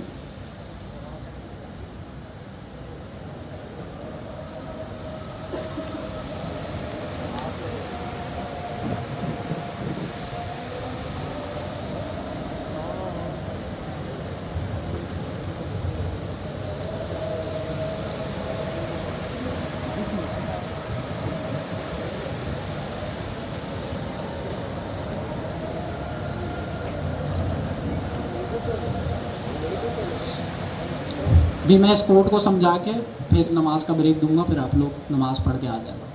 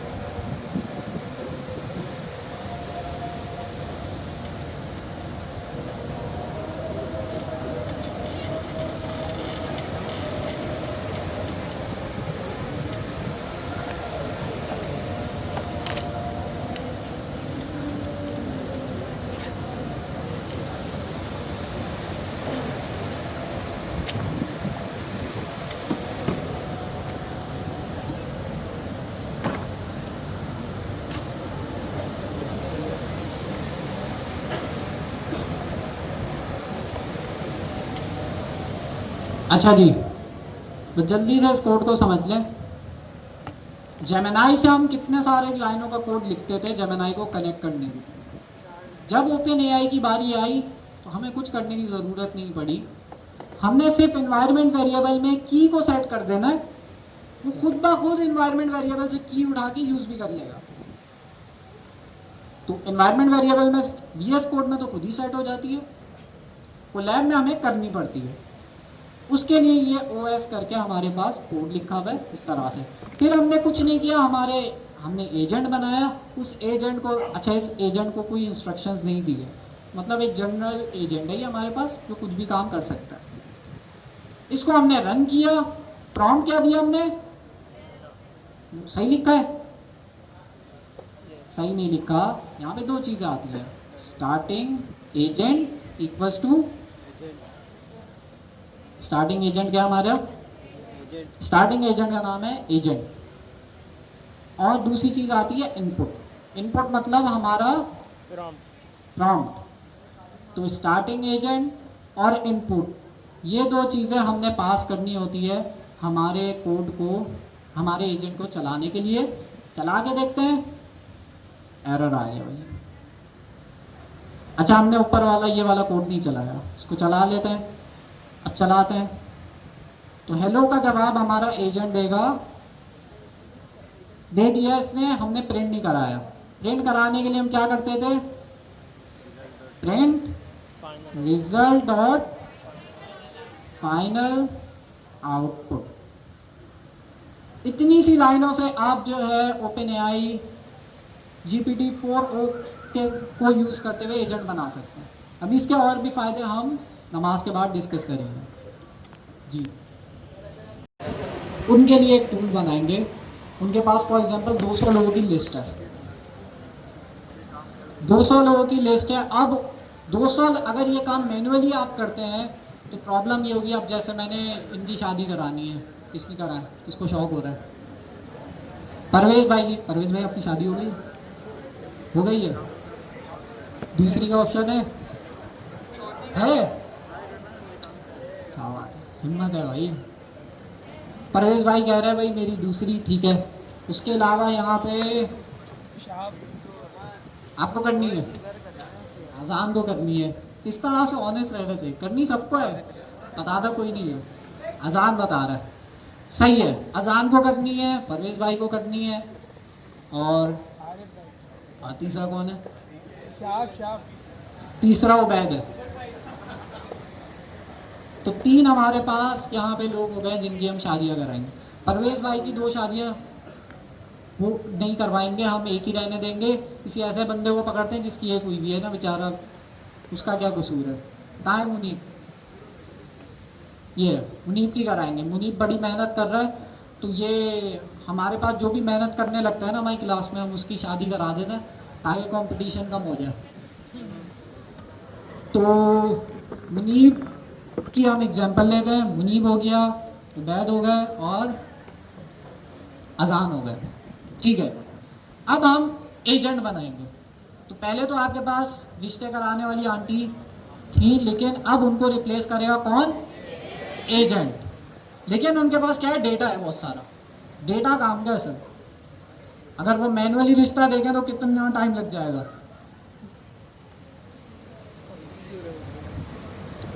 तो हम उनके लिए क्या करते हैं? एक एजेंट बनाते हैं। कीज वगैरह हमने पहले से सेटअप कर ली है, तो वो कोई प्रॉब्लम नहीं है। हम यहाँ पर आते हैं एजेंट बनाने के लिए। हम एजेंट का नाम, वेरिएबल का नाम रखते हैं रिश्ते वाला एजेंट। वाला ही होगा ना, वाली होगा।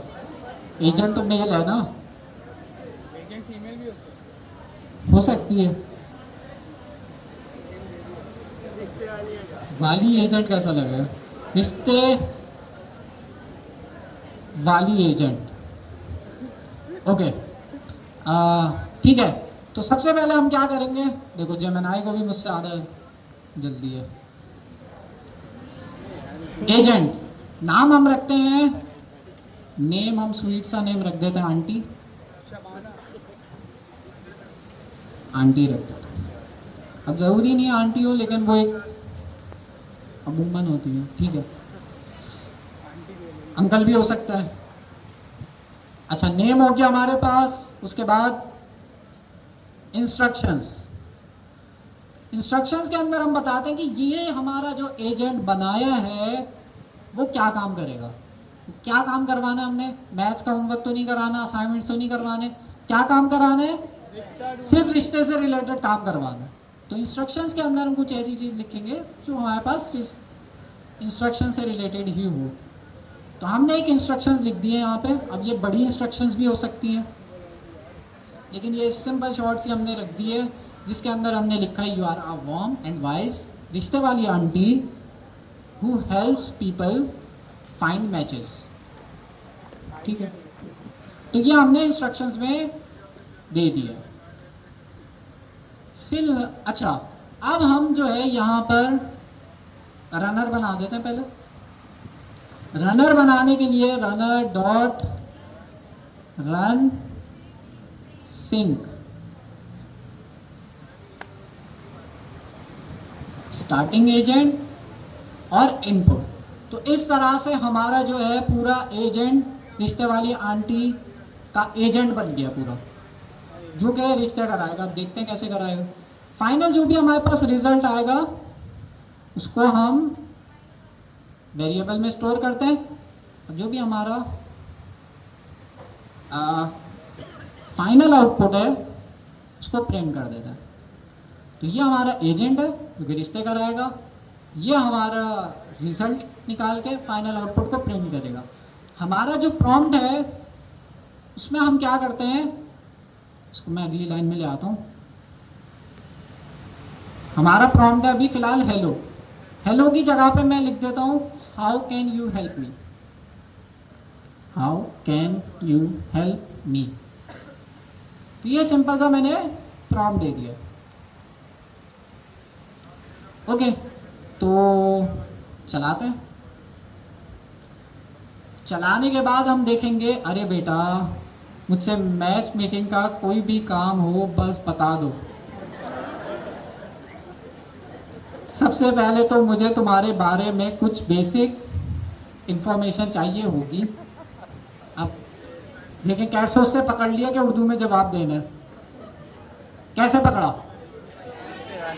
रिश्ते वाली आंटी से इसने पकड़ लिया। अब अगर मुझे इंग्लिश में जवाब चाहिए तो इंस्ट्रक्शंस में लिख दूंगा कि भाई आंसर में इंग्लिश में जवाब दो।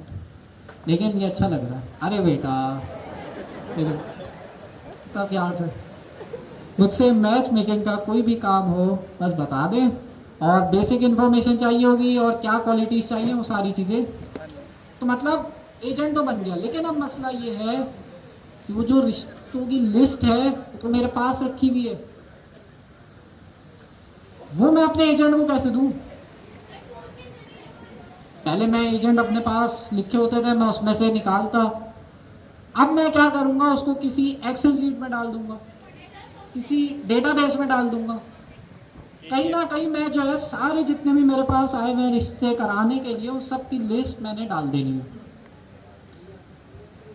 उस लिस्ट को बनाने के बाद मुझे अपने एजेंट को उस लिस्ट का एक्सेस देना होगा, ताकि मेरा एजेंट क्या करे, उस लिस्ट में से रिश्ते ढूंढे क्वालिटीज मैच करके। फॉर एग्जांपल मैं बोलूँ वो रिश्ता ढूंढो जिसकी एज 20 से ज़्यादा हो, तो लिस्ट में से देखेगा भाई 19 वाले गए, 18 वाले गए, जो 20 से ऊपर हैं बस उन्हीं की लिस्ट आएगी, तो वो रेकमेंड करेंगे।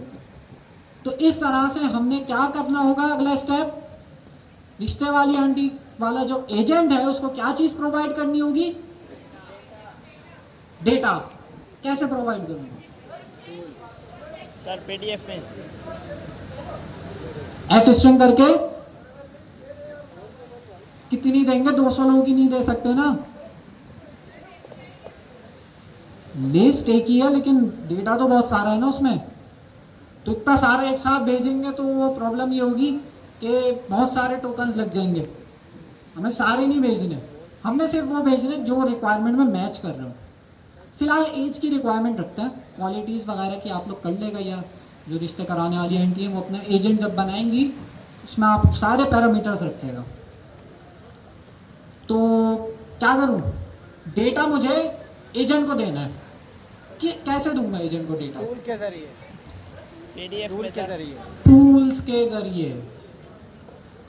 अब टूल्स हमारे पास 3 तरह के, डॉक्यूमेंटेशन का आता है, ओपन एआई। अच्छा, जो आपका क्विज आएगा ना उसकी आपने डॉक्यूमेंटेशन से अच्छे से तैयारी करनी है, मैं दे चुका हूँ वो क्विज। तो अगर डॉक्यूमेंटेशन से तैयारी नहीं करी, बहुत मुश्किल है कि जो है आप अच्छे नंबर लाएं। ये नहीं बोलना पास कितने में होंगे। अच्छा, 3 तरह के हमारे पास टूल कॉलिंग है। होस्टेड टूल्स, ये मैंने किसकी डॉक्यूमेंटेशन खोल ली है, टूल्स की डॉक्यूमेंटेशन खोल ली है। टूल्स के बारे में हम पहले भी डिस्कस कर चुके हैं। यहाँ पर आते हैं 3 तरह के टूल्स को डिस्कस करते हैं। Hosted tools, function calling, agent as tool. Hosted tools क्या है? सर बिल्टर, ये बने बनाए टूल्स हैं जो कि हमें किसने दिए हैं? OpenAI। ओपन एआई ने दिए हैं। ओपन एआई हमें दे रहा है, वो हम यूज भी करेंगे अभी। अच्छा, इसको छोड़ देते हैं।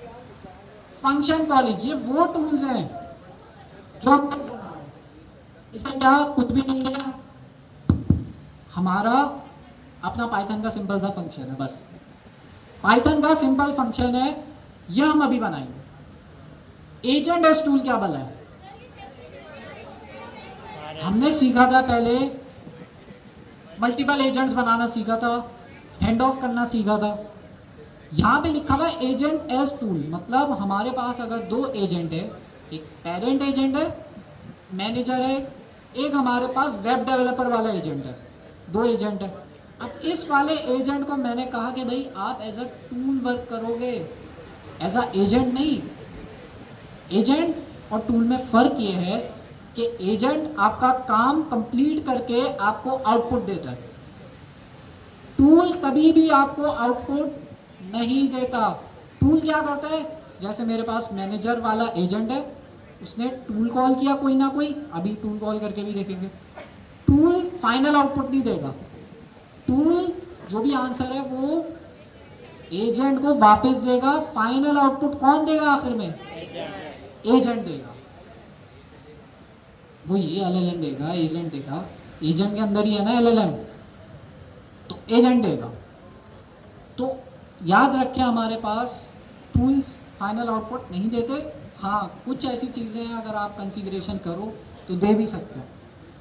तो अगर क्विज में आया ऐसा सवाल नहीं दे सकते तो आप ये नहीं बोलेगा समझाने का आधा नहीं दे सकते, चलो भाई इसका तो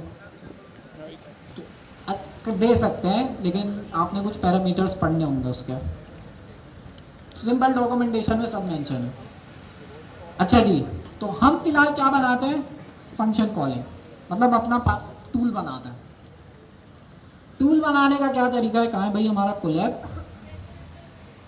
सबसे पहले हम क्या करेंगे, एक चीज हमें इंपोर्ट करानी होगी एजेंट और रनर के बाद।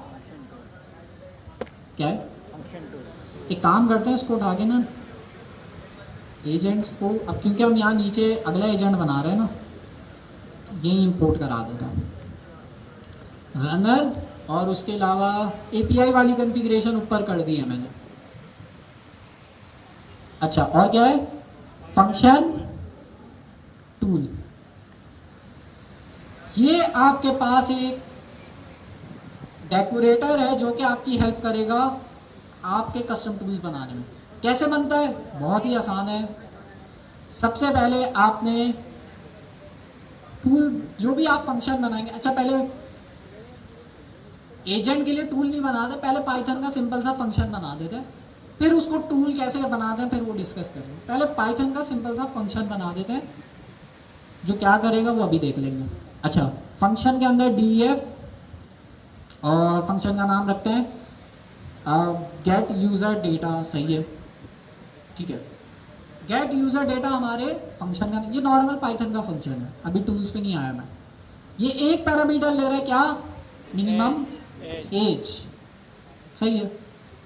और ये क्या करेगा वो मैंने यहाँ पे डिस्क्राइब करना है, retrieve user data based on a minimum age. तो हम अभी यहाँ पे कुछ डेटा भी लिखेंगे। ये क्या चीज़ है, हमारे पास डॉक स्ट्रिंग होता है जो कि हमें लाजमी लिखना होता है। इसको लिखने का फ़ायदा भी अभी हम देखेंगे, इसको मिटा के भी देखेंगे क्या होता है, इसको लिख के भी देखेंगे क्या फ़र्क पड़ता है। तो ये ज़रूरी है, इसको पढ़ के हमें भी पता चल जाता है कि भाई हमारा फंक्शन क्या कर रहा है, इसके बहुत सारे फ़ायदे। अब हमारे पास कुछ यूज़र्स हैं जो कि रिश्ता ढूंढने में इंटरेस्टेड हैं, तो उनकी लिस्ट जो है वो मैं यहाँ पे लिखना शुरू कर देता हूँ। सबसे पहले हमारे कैंडिडेट हैं नेम मुनीब। परवेज भाई बेचारे दुखी हो गए, मार से बचा लिया मैंने आज। एज क्या है मुनीब की, मुनीब की एज रखते हैं हम अपने अंदाज से रख लेते हैं, मुनीब छुपाना चाह रहे हो तो हम 27 जिसने बोला सही है, बस आसपास ही लिख दी मैंने। उसके अलावा जो है हम इनकी, आप बहुत सारी चीज़ें लिख सकते हैं, हॉबी, सारी चीज़ें लिख सकते हैं, लेकिन फिलहाल हमारा क्राइटेरिया क्या है, एज। फिलहाल एज की बेस पे फिल्टर आउट करता है, बस दो ही चीज़ें रखता है। अगला कैंडिडेट कौन है, उबैद। उबैद के लिए हम लिखेंगे नेम उबैद, एज 25, एज क्या क्या हो रहा है, अच्छा जी आ गया, ये रहा। ओके, तो मैं एज, अच्छा ये किस फॉर्म में लिख रहा हूँ डेटा, ये जेसन में लिख रहा हूँ मैं, ये हमारे पास लिस्ट है, उसके अंदर डिक्शनरी है, सिंपल, ठीक है। तो एज हम लिख देते हैं 25, और तीसरे हमारे कैंडिडेट कौन है, सर्दिया का नाम आ गया, ओके। तीसरे हमारे अजान, एज हम लिख देते हैं अजान की 19 लिख देते हैं। एज 28 वो कह रहा है, लेकिन हम 19 लिख देते हैं। 19 में तो एज क्राइटेरिया में मुश्किल हो जाएगी। चले खैर, तो ये हमारा सिंपल सा फंक्शन है जिसके अंदर हमने डेटा पास कर दिया है। ये अभी हमने हार्ड कोडेड लिखा है। अब जब आपके पास 200 लोगों का रिश्ते की लिस्ट होगी तो आप 200 लोगों का ऐसे नाम नहीं लिखेंगे। उस 200 लोगों को आप क्या कर सकते हैं, बहुत सारे तरीके, डेटाबेस में डाल दें, सैनिटी में डाल दें, या गूगल शीट में डाल दें। फिर उस डेटा को आप एपीआई के थ्रू एक्सेस करेंगे। ठीक है, तो ऐसे डायरेक्ट सारी लिस्ट नहीं लिख देगा, वरना रिश्ते वाली आंटी अगर यहाँ पर है तो वो तो प्रोग्रामर होंगी, लेकिन बहुत सारी नहीं भी होती। वो कैसे डेटा इंसर्ट करेंगे यहाँ पर? शीट में तो आराम से कर लेंगे। तो ये अभी आसान करने के लिए हमने हार्ड कोडेड डेटा लिख दिया। अच्छा जी, आगे आता है। अब ये हमारा टूल क्या कर रहा है, हमारा टूल इन यूजर्स में से चेक करेगा कि मिनिमम, अब जैसे फॉर एग्जांपल कोई रिश्ता ढूंढने आए, क्राइटेरिया उसने बताया कि भाई सिर्फ मुझे उनका रिश्ता दिखाओ जिनकी एज 24 से ज़्यादा है। इस लिस्ट में से कौन कौन हट जाएगा? 2 लोग हट जाएंगे, एक ही बचेगा। तो हमने कुछ ऐसा यहाँ पे कोड लिखना है पाइथन का जिससे हमारा code step by step check करे कि एज मैच करे। तो हम क्या करेंगे, यूजर्स की जो लिस्ट है वो हमारे पास लिस्ट है, तो हम क्या कर सकते हैं, इस पर लूप चला सकते हैं। तो ये हमारे पास, इसने कोड तो लिख दिया, लेकिन मैं लिख लेता हूँ फिर भी। कंडीशन क्या लगानी है, इफ कोई भी यूजर हो, पहले इसको प्रिंट कराता है ना, प्रिंट यूजर। ये सिंपल सा हमने पाइथन का फंक्शन बनाया है जो कि क्या कर रहा है, सारे यूजर्स को एक एक करके प्रिंट करा रहा है। इस कोड को अगर मैं चलाऊं, इस फंक्शन को नॉर्मली चलाते हैं बगैर एलएलएम के। यहाँ पे मैं मिनिमम एज देता हूँ 25। फिलहाल इस मिनिमम एज को यूज़ नहीं कर रहे हम, लेकिन ऐसी ज़रूरी है ना पास करना, इस फंक्शन ने मांगी भी है, तो इसलिए हमने पास कर दी। इस कोड को जब मैं चलाऊँ, अच्छा इस एजेंट को फिलहाल कमेंट कर देते हैं, ठीक है। जब इस कोड को मैं चलाऊंगा तो हमारे पास क्या आंसर आ रहा है, सब के नाम, सारे कैंडिडेट्स के नाम एक एक करके प्रिंट हो गए। मुझे चेक करना है इन कैंडिडेट्स की जो एज है वो जो मैंने मिनिमम एज प्रोवाइड करी है उसके बराबर होनी चाहिए या उससे ज़्यादा होनी चाहिए। तो ये कंडीशन मैं किसके अंदर लिखूंगा, लूप के अंदर लिखूंगा। तो बहुत आसान सी कंडीशन है कि इफ रिटर्न आ जाता है, इफ यूज़र एज, मतलब यूज़र की जो एज है वो छोटी है या बराबर है, नहीं छोटी है, सॉरी छोटी एज पे ही हम क्या करेंगे, तो हम उस कैंडिडेट को क्या कर देंगे, लिस्ट में से रिमूव कर देंगे। तो ये आपके सामने कोड लिखा हुआ है, ये स्क्रीन क्रॉप हो रही है, लेकिन चलो मैं ऐसे कर देता हूँ, ठीक है। तो हमने कहा भाई यूज़र्स की जो लिस्ट है उसमें से तमाम यूज़र्स की एज को चेक करो, अगर वो मिनिमम एज से कम होती है तो उस यूज़र को क्या कर दो, लिस्ट में से रिमूव कर दो। तो ये सारे यूज़र्स को एक एक करके चेक करेगा। 3 ही यूज़र्स हैं हमारे पास। अच्छा, जो आखिर में यूज़र्स बचेंगे उसको हम क्या करा देते हैं, रिटर्न कर देते हैं, और रिटर्न के अंदर सारे यूज़र्स पास कर देंगे, सिंपल यूज़र्स पास कर देते हैं। लिस्ट की फॉर्म में सारे यूज़र्स चले जाएंगे, उन यूज़र्स के नाम हट जाएंगे जिनकी एज 25 से कम होगी। इसको मैं करता हूँ 23, जो भी आंसर आएगा उसको हम प्रिंट करा देते हैं नीचे, ठीक है। चलाते हैं इसको, नीचे देखते हैं आंसर क्या आया है।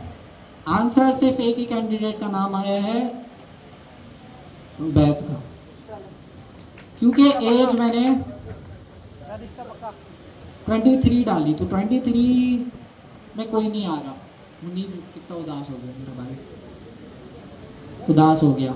ये 22 कर देता, अजान को निकालो, जब मैं यहाँ पे 28 डालता हूँ तो मिनिमम एज अब 22 है, जिसका मतलब ये है कि अब मेरा कोड चेक करेगा 22 से नीचे जितने भी हैं उनको क्या कर देगा, रिमूव कर देगा। तो ये रिमूव का कोड ये सिंपल सा लिखा है। हमारा टूल तैयार है, हमारा फंक्शन तैयार है। अब किसी तरह से ये फंक्शन को मैंने टूल बनाना है। कैसे बनाएंगे? बहुत ही आसान है। पाइथन का सिंपल सा फंक्शन था, इसको अब मैंने टूल बनाना है ताकि मेरा LLM इसको यूज कर सके। सबसे पहले मुझे एक चीज इंपोर्ट करानी है, क्या? Function underscore tool. इस फंक्शन टूल को मैंने कहाँ लिखना है? एज अ डेकोरेटर हमारा जो भी फंक्शन है उसके ऊपर लिख देना।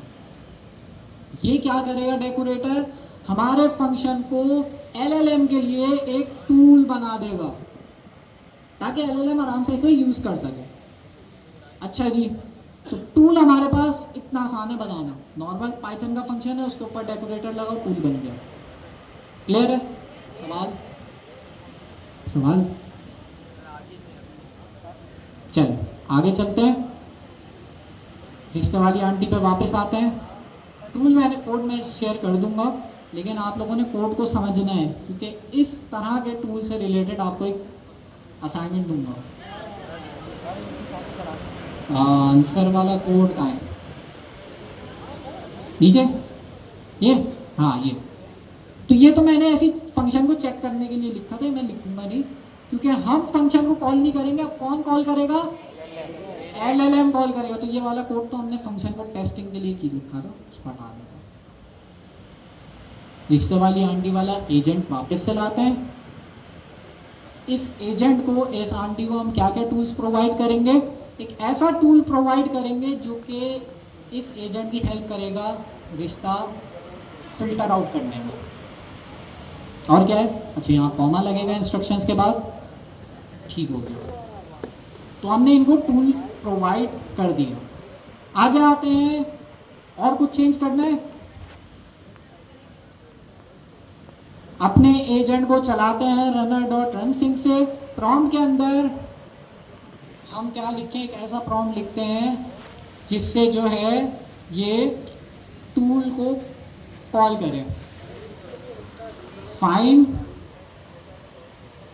अ रिश्ता फॉर नहीं लिखते, फाइंड अ रिश्ता with a minimum age of 22, बस।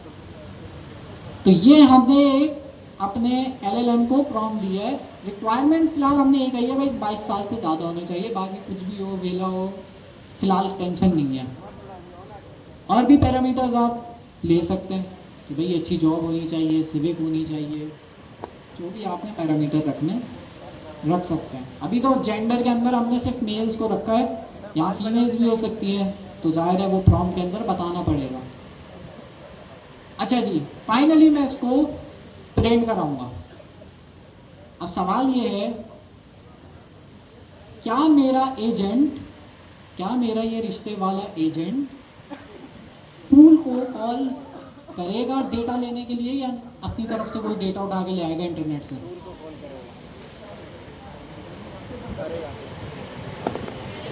पूछना पड़ेगा। जी आप ये फैन के पास जो बैठी हुई है आपके पीछे, आपके बराबर में, आपके भी बराबर में, जी आप करेगा नहीं करेगा? वो बराबर वाले से सुन के गया, पूछ लूं क्यों करेगा? क्यों करेगा? आवाज नहीं आ रही, सही कह रही है। एजेंट को कहाँ बताया मैंने टूल कॉल करो? मैं तो कहा भाई रिश्ता फाइंड करो, मिनिमम एज जो है वो 22 ईयर्स होनी चाहिए।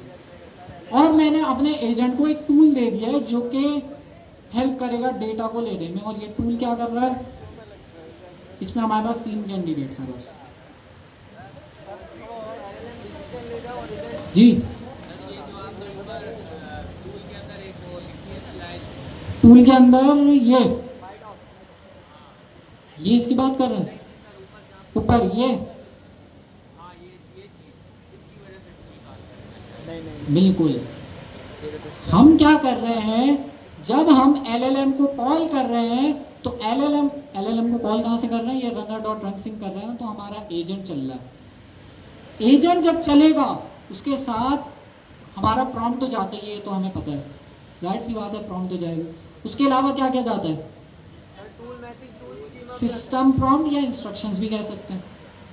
और क्या जाता है, टूल मैसेज, टूल स्कीमा, ये टूल से रिलेटेड सारी इंफॉर्मेशन जाएगी, पूरा जेसन ऑब्जेक्ट होगा, पूरा स्कीमा होगा टूल्स के अंदर, बहुत सारी चीज़ें। तो टूल्स से रिलेटेड, अब यहाँ पे एक ही टूल है, बहुत सारे भी हो सकते हैं, लेकिन हम 10-12 टूल नहीं देंगे, वो कंफ्यूज हो जाएगा भाई कौन कौन से टूल। तो अगर आपके पास ज़्यादा टूल्स आ रहे हो ना, तो आप एजेंट का काम डिस्ट्रीब्यूट कर दो, 2 एजेंट बना लो, एक आधा काम करेगा, एक आधा काम करेगा। उससे ये होगा कि वो कंफ्यूज नहीं होगा इतने सारे टूल्स में, ठीक है, वो LLM कंफ्यूज हो जाता है। तो 3-4 टूल्स काफ़ी हैं।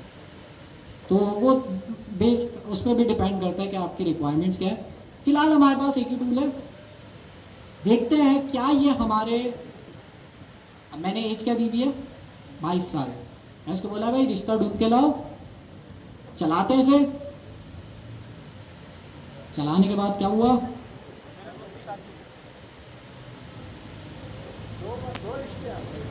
दो नाम शॉर्टलिस्ट हो गए।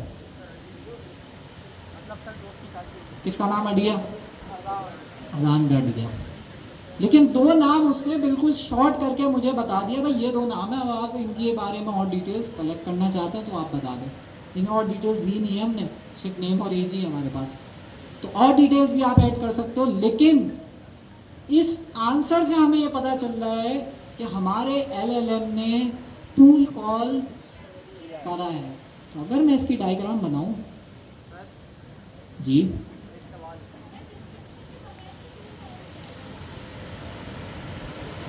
अच्छा बताता हूँ। अच्छा, हमारे LLM को कैसे पता चला कि यही वाला टूल कॉल करना है? अगर यहाँ 5 टूल होते तब भी वो डिसाइड कर लेता यही वाला टूल कॉल करना है। कैसे पता चला उसको? हमने प्रॉम्प्ट क्या दिया है, फाइंड अ रिश्ता, ठीक है। वो देखेगा कि भाई मेरे पास कोई ऐसा टूल है जो कि रिश्ते से रिलेटेड डेटा निकाल सकता है, तो वो देखेगा मेरे पास एक गेट यूजर डेटा का टूल है, उसके अलावा कोई भी टूल नहीं है। अच्छा, फिर उसको ये कैसे पता चलेगा ये गेट यूजर डेटा का टूल क्या कर रहा है, कैसे पता चलेगा LLM को? ये जो हमने डॉक स्ट्रिंग में लिखा है इससे भी पता चलेगा और इसके नाम से भी पता चलेगा। नाम भी इम्पोर्टेंट, नाम कुछ और रख दो, गेट वेदर रख दो, फिर वो कंफ्यूज होगा। तो नाम भी ज़रूरी है उसके लिए, नाम भी मीनिंगफुल होना चाहिए। तो गेट यूज़र डेटा, जैसे हम समझ गए भाई ये डेटा लेने के लिए, वैसे LLM भी समझ गए ये डेटा लेने के लिए। यहाँ से उसने डेटा उठाया, यहाँ से उसने फिल्टर आउट किया, मिनिमम एज वगैरह कर ली, और यहाँ पे यूजर्स आ गए। तो इसकी जो डायग्राम है वो कुछ इस तरह से बनेगी। एजेंट हमारा सबसे पहले चला, एजेंट ने देखा कि अच्छा, एजेंट जब चला उसके पास क्या क्या चीजें मौजूद थी, प्रॉम्प्ट, छोटा करते हैं, प्रॉम्प्ट के साथ साथ इंस्ट्रक्शंस, उसके अलावा टूल्स, इसको अगर मैं और अच्छा नाम दूं टूल्स स्कीमा, अब टूल की सारी इंफॉर्मेशन। इसने क्या किया, एजेंट ने हमारे प्रॉम्प्ट को पढ़ा और प्रॉम्प्ट को पढ़ के टूल को कॉल किया। टूल हमारे पास क्या था, टूल को हम सर्कल में बनाते हैं, ये रहा टूल, इसका नाम था गेट यूजर डेटा, ये हमारे टूल का नाम था। ठीक हो गया। ये क्या कर रहा है, ये हमारे पास इसके अंदर डेटा है सारा, हमारे पास डेटा को रिप्रेजेंट करने के लिए मैं जो है ये 3 लोगों का डेटा, 1 2 3, ये 3 लोगों का डेटा है जो कि हमारे पास क्या होगा, हमारा फंक्शन फिल्टर आउट करेगा और इसमें से कितना डेटा वापस देगा एलएलएम को, 2 लोगों का डेटा देगा। 2 लोगों का डेटा एलएलएम को इसने वापस दिया। अरे अब ये इससे मैंने रिप्लेस,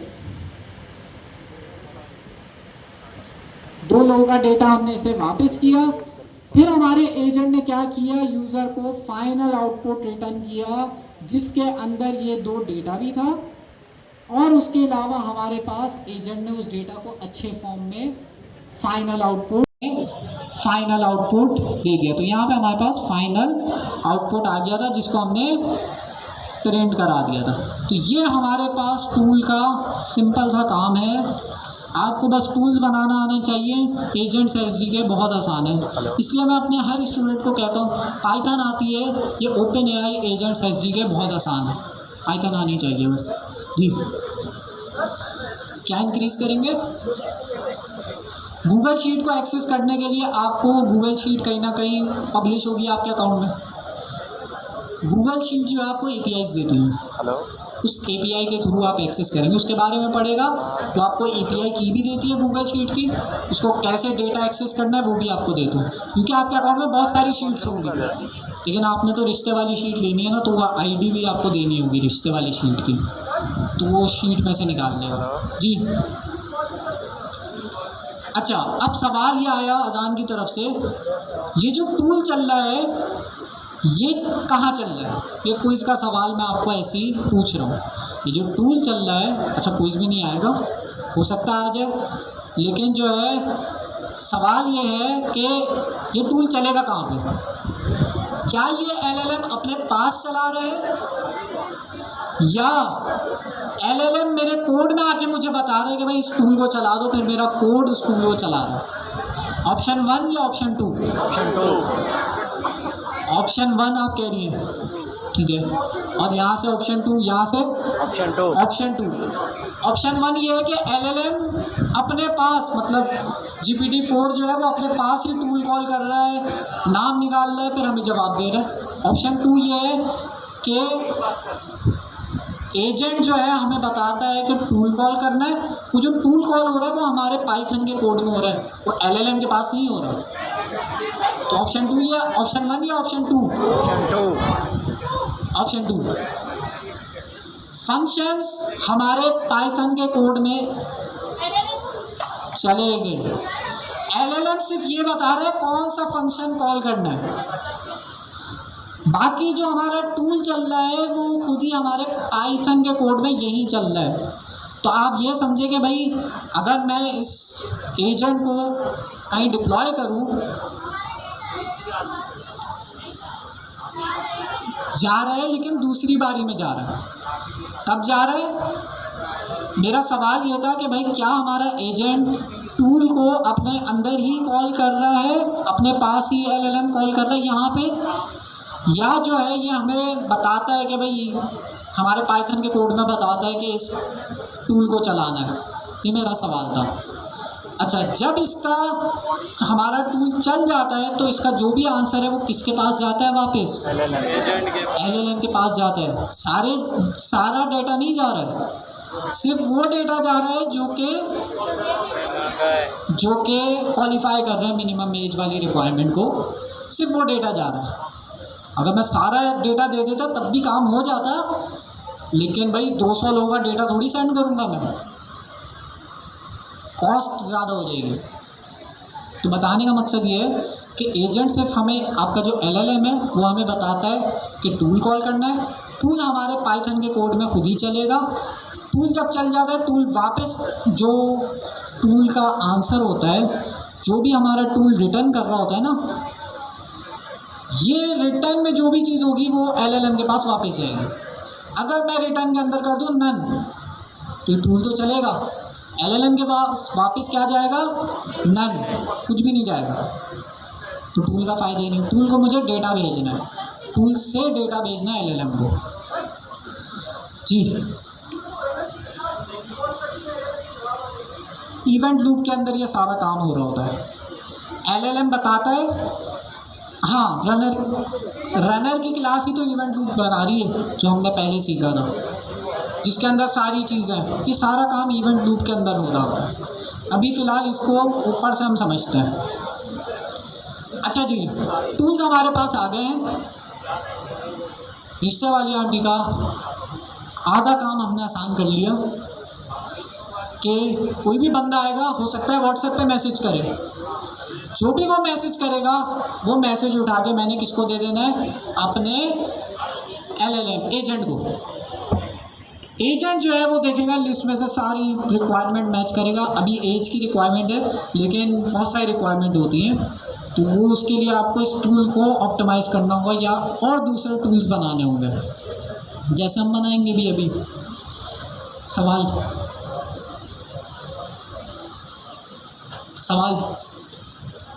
तो टूल्स एजेंट को पावर देते हैं कि वो अपनी जितनी भी कैपेबिलिटीज़ हैं उससे बढ़कर काम कर सके।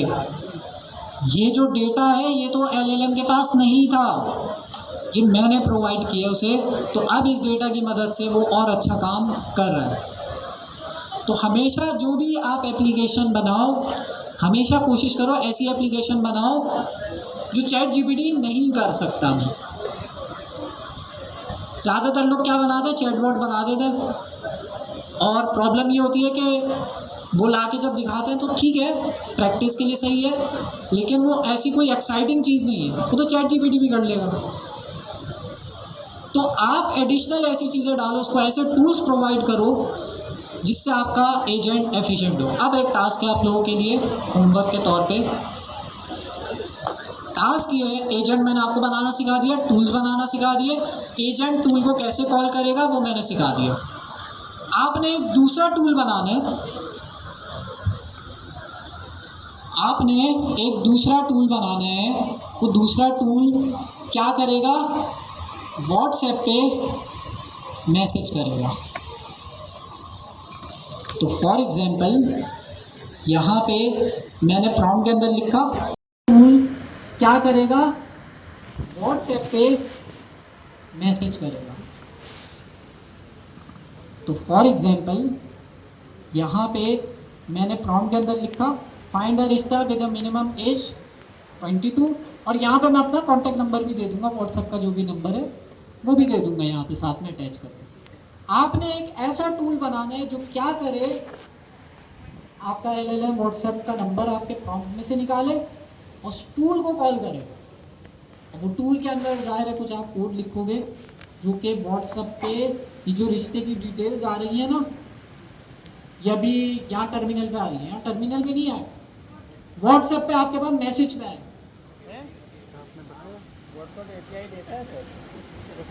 रिपीट कर रहा हूँ टास्क को। अच्छा बहुत आसान है ये, लेकिन समझो टास्क ये है, आपने एक ऐसा टूल बनाना है जो कि व्हाट्सएप पे मैसेज कर सके। अच्छा व्हाट्सएप पे मैसेज कैसे करेगा हमारा एजेंट, व्हाट्सएप जो है आपको APIs देता है, तो आप पढ़ लेना उसके बारे में, और इतना मुश्किल नहीं है, एक दिन का भी काम नहीं है। व्हाट्सएप की किसी ने बताया वैल्यू, आपने वो शायद SMS या ईमेल का किया हो, व्हाट्सएप वाला करेगा, ठीक है। तो जब भी मैं प्रॉम्प्ट के अंदर यहाँ पे अपना कॉन्टैक्ट नंबर सही डालूं +92 के साथ, तो जो भी मैं यहाँ पे कॉन्टैक्ट नंबर डालूं, मुझे एक ऐसा टूल बनाना है जो कि ये रिश्ते की डिटेल्स किसको सेंड करे, व्हाट्सएप पे सेंड करे। किस नंबर पे सेंड करे, इस नंबर पे सेंड करे। इसके लिए आपने कुछ नहीं करना, एक टूल बनाना है सेंड मैसेज का। उस टूल को कॉल कौन करेगा, LLM करेगा, मतलब LLM बताएगा इस टूल को कॉल करना है।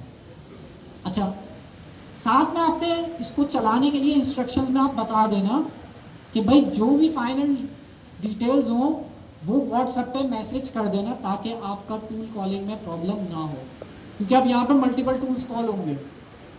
एक कैंडिडेट्स निकालने वाला, जो यूज़र्स का डेटा निकालने वाला ये टूल होगा, ये तो रहेगा ऐसे ही। एक सेंड मैसेज वाला। अब दो दो टूल कॉल होने हैं, आपने कुछ नहीं करना, आपने प्रॉम्प्ट सही लिखना है बस, और इंस्ट्रक्शन सही लिखनी है। जितनी अच्छी आपकी इंस्ट्रक्शंस होगी, जितना अच्छा आपका प्रॉम्प्ट होगा, वो खुद ही दोनों टूल्स कॉल कर लेगा। आपको इसकी टेंशन लेने की ज़रूरत नहीं पड़ेगी कि भाई इसको भी कॉल कराना है, इसको भी कॉल कराना है।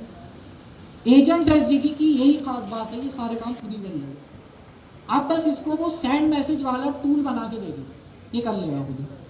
तो ये टास्क है, कर लेंगे। मैसेज वाला टूल बना के दो। नंबर जो है ना, कौन सा डेटा, सर व्हाट्सएप पे डेटा तो नहीं चोरी होगा। डेटा है क्या ऐसा, 3 लोगों के नाम है और कोई चोरी वोरी नहीं होगा। व्हाट्सएप किसको भेजना है, किस नंबर पे भेजना है, वो प्रॉम्प्ट में बताया जाएगा। प्रॉम्प्ट में ज़रूरी है कि नाम बताया जाए। आप इंस्ट्रक्शंस में बता दो उसे कि कोई भी आपको प्रॉम्प्ट दे, आपने उससे कॉन्टैक्ट नंबर लाजमी उससे लेना है, ताकि जो भी आपके रिश्ते का रिजल्ट आए वो व्हाट्सएप पे आए। ये टास्क है सिंपल सा, समझ आ गया परवेज भाई? सेंड मैसेज का टूल बनेगा बस। अब आप इससे सोचो कैसे आपका इतना एफिशिएंट आपका वो बन रहा है, ऑटोमेशन का काम हो रहा है कि मैसेज आ रहा है आपके पास, प्रॉम्प्ट आ रहा है, प्रॉम्प्ट को आपने अपने एजेंट को दे दिया, एजेंट रिश्ता फाइंड कर रहा है, और जितने भी रिश्ते आ रहे हैं वो वापस सेंड कर दे रहे हैं व्हाट्सएप पे। सब ऑटोमेट हो रहा है। आप क्या कर रहे हो, आराम कर रहे हो। हाँ, रिश्ते के फिर आप पैसे ले लेना, जो भी फीस हो।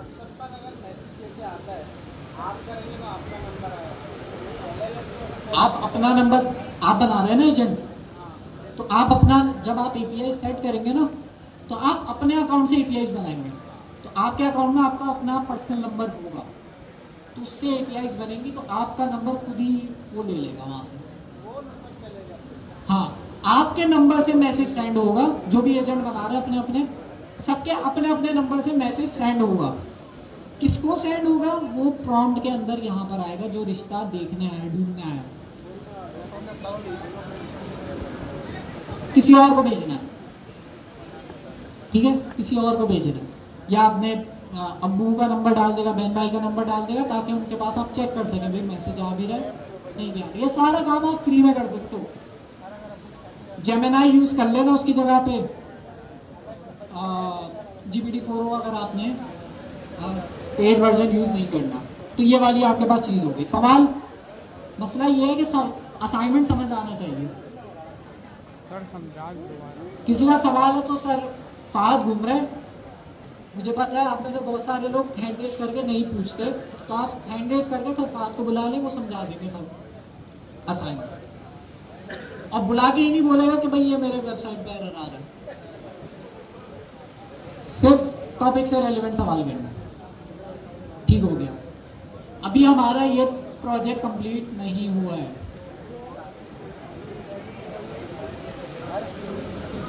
जी क्या कह रही हैं आप? बस कर दें। क्या क्या चीजें आज हमने पढ़ी है, क्या क्या नई चीजें हमने पढ़ी है, वो देखो पिछली क्लासों में भी पढ़ा दो। तो मुझे पता है इतना ब्रेक के बाद में बहुत सारे लोग, तो एक तरह से आप समझो ये हमने सारी जो पुरानी चीज़ें पढ़ी हैं उसको मिक्स मसाला किया है, बस कोई नई चीज़ तो पढ़ी नहीं है अभी। अब पढ़ रहे हैं, स्ट्रीमिंग पढ़ी थी एक नई चीज़। अच्छा जी, मैं चाह रहा हूँ कि मेरा ये एजेंट के पास अभी डेटा क्या है, डेटा है हमारे पास सिर्फ नेम और एज। अब जो रिश्ता लेने आ रहे हैं ना, जो रिश्ते की डिटेल्स मांग रहे हैं, वो नेम और एज का क्या करेगा, उसको और भी डिटेल्स चाहिए।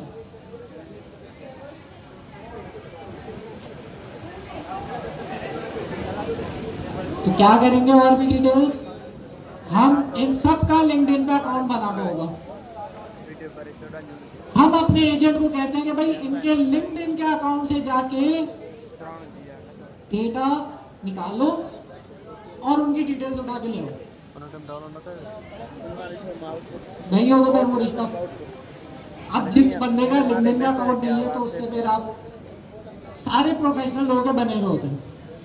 अच्छा नहीं है तो उसका भी केस है हमारे पास, फेसबुक का भी डाल सकते हैं, लेकिन फेसबुक पे डेटा के अंदर वही होगा, स्नैपचैट का लिंक होगा, इंस्टाग्राम का लिंक होगा, और क्या होगा, जेंडर होगा बस, तो उसका क्या करेंगे?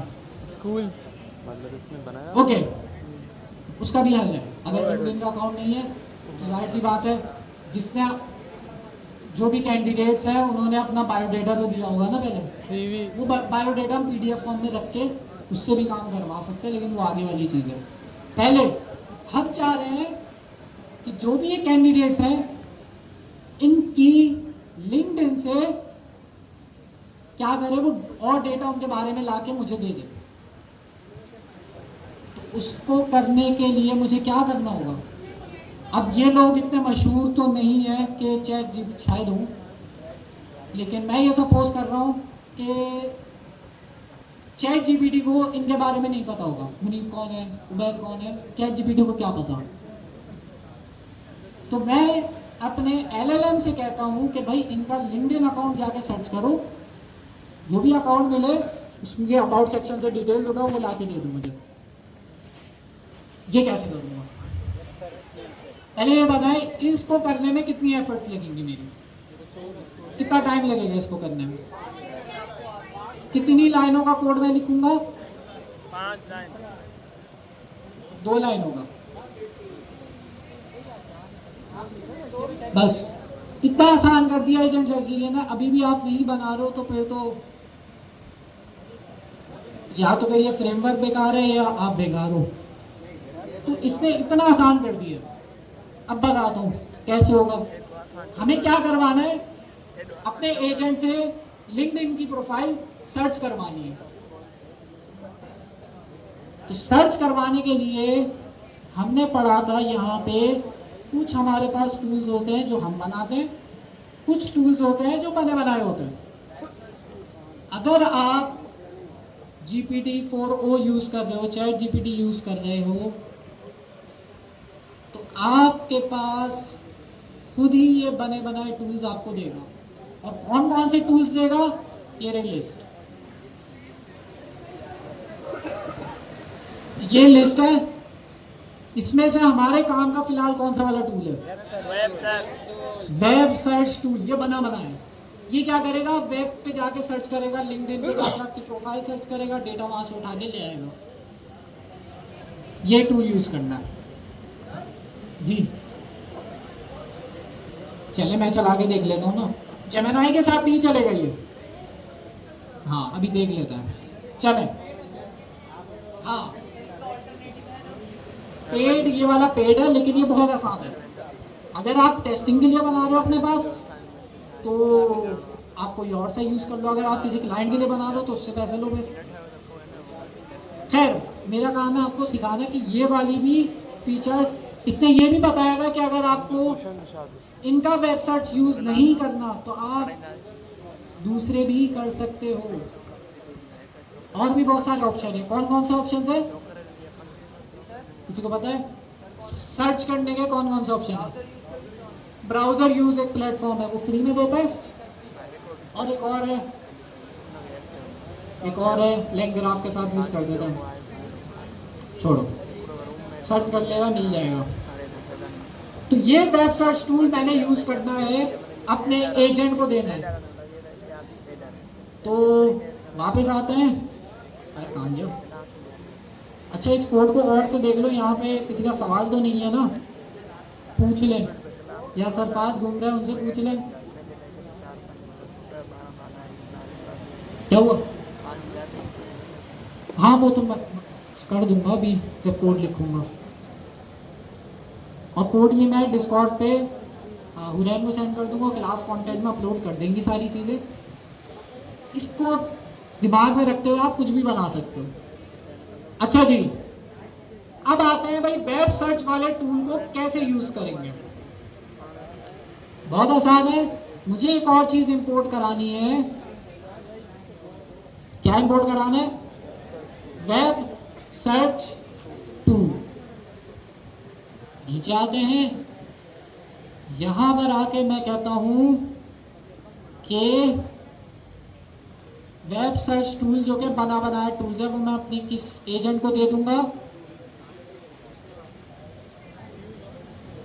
जो हमारे रिश्ते वाले एजेंट है, आंटी जो है हमारी, उनको मैं ये वेब सर्च टूल दे दूंगा।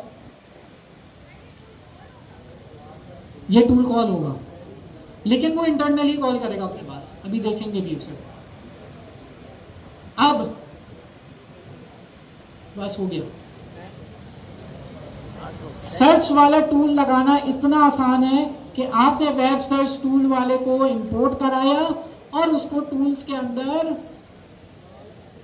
पास कर दिया, हो गया। अब मैं प्रॉम्प्ट के अंदर लिखूंगा फाइंड अ रिश्ता with a minimum age of 22।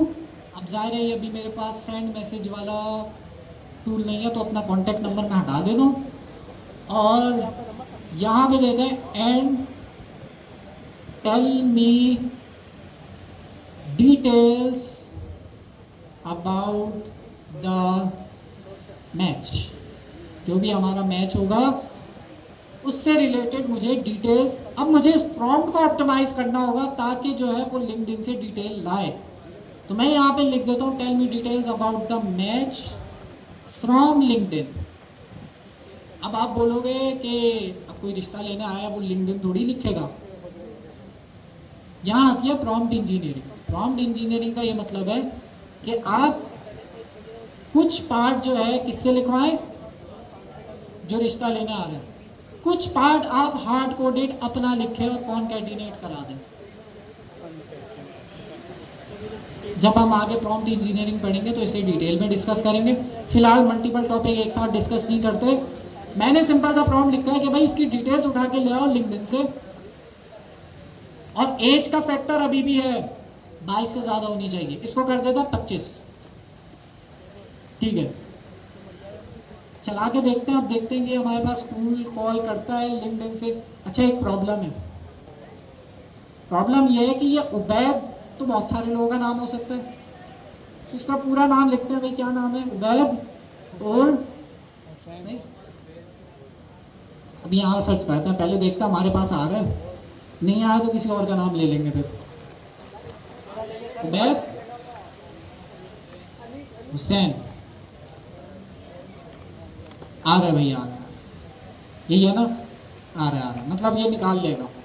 तो इनका मैंने फुल नाम रख दिया। सिर्फ इनका नहीं रखूंगा, बाकी सबका भी रखूंगा, इनसे कोई दुश्मनी नहीं है, बाकी सबका भी रखूंगा। लेकिन फिलहाल हमने एज 25 वाला फैच करके लाना है ना, क्योंकि मैंने मिनिमम रिक्वायरमेंट अब क्या कही है अपने प्रॉम्प्ट के अंदर, फाइंड अ रिश्ता विद, फाइंड अ मैच कर देते हैं इसे, with a minimum age of 25, मतलब 25 साल का होना चाहिए, और इसकी डिटेल्स हमें चाहिए लिंक्डइन से। देखते हैं क्या ये हमारे पास लिंक्डइन से डिटेल्स लेकर आता है, नहीं आता। टाइम ले रहे हैं, मतलब कुछ खिचड़ी बना रहे, ढूंढ रहे। लो भाई, तो नेम और एज तो हम इसने निकाल दी। अच्छा देखिए, आप किसी और का नाम नहीं आया, सिर्फ उबैद का आया। क्यों आया? क्योंकि मिनिमम एज हमने 25 बोली थी। तो इसका मतलब इसने इस वाले केस में इस वाले टूल को भी यूज किया है, गेट यूजर डेटा वाले टूल को, और वेब सर्च वाले टूल को भी यूज किया, दोनों को यूज किया खुद ही। हमने नहीं बताया इसको भी यूज करो उसको भी यूज करो, इसने खुद ही एनालाइज किया, खुद ही यूज किया। तो यहाँ पे जो है नेम और एज उसने उठा ली। उसके अलावा अवेलेबल इंफॉर्मेशन के बाद आप देख रहे हैं इसने लिंक्डइन से डेटा उठाया। ये passionate front end developer from Pakistan, currently working at a construction company. Construction company कुछ बना रहे हो, वही बुर्ज खलीफा वगैरह? अच्छा, एज अ डेवलपर, ठीक है।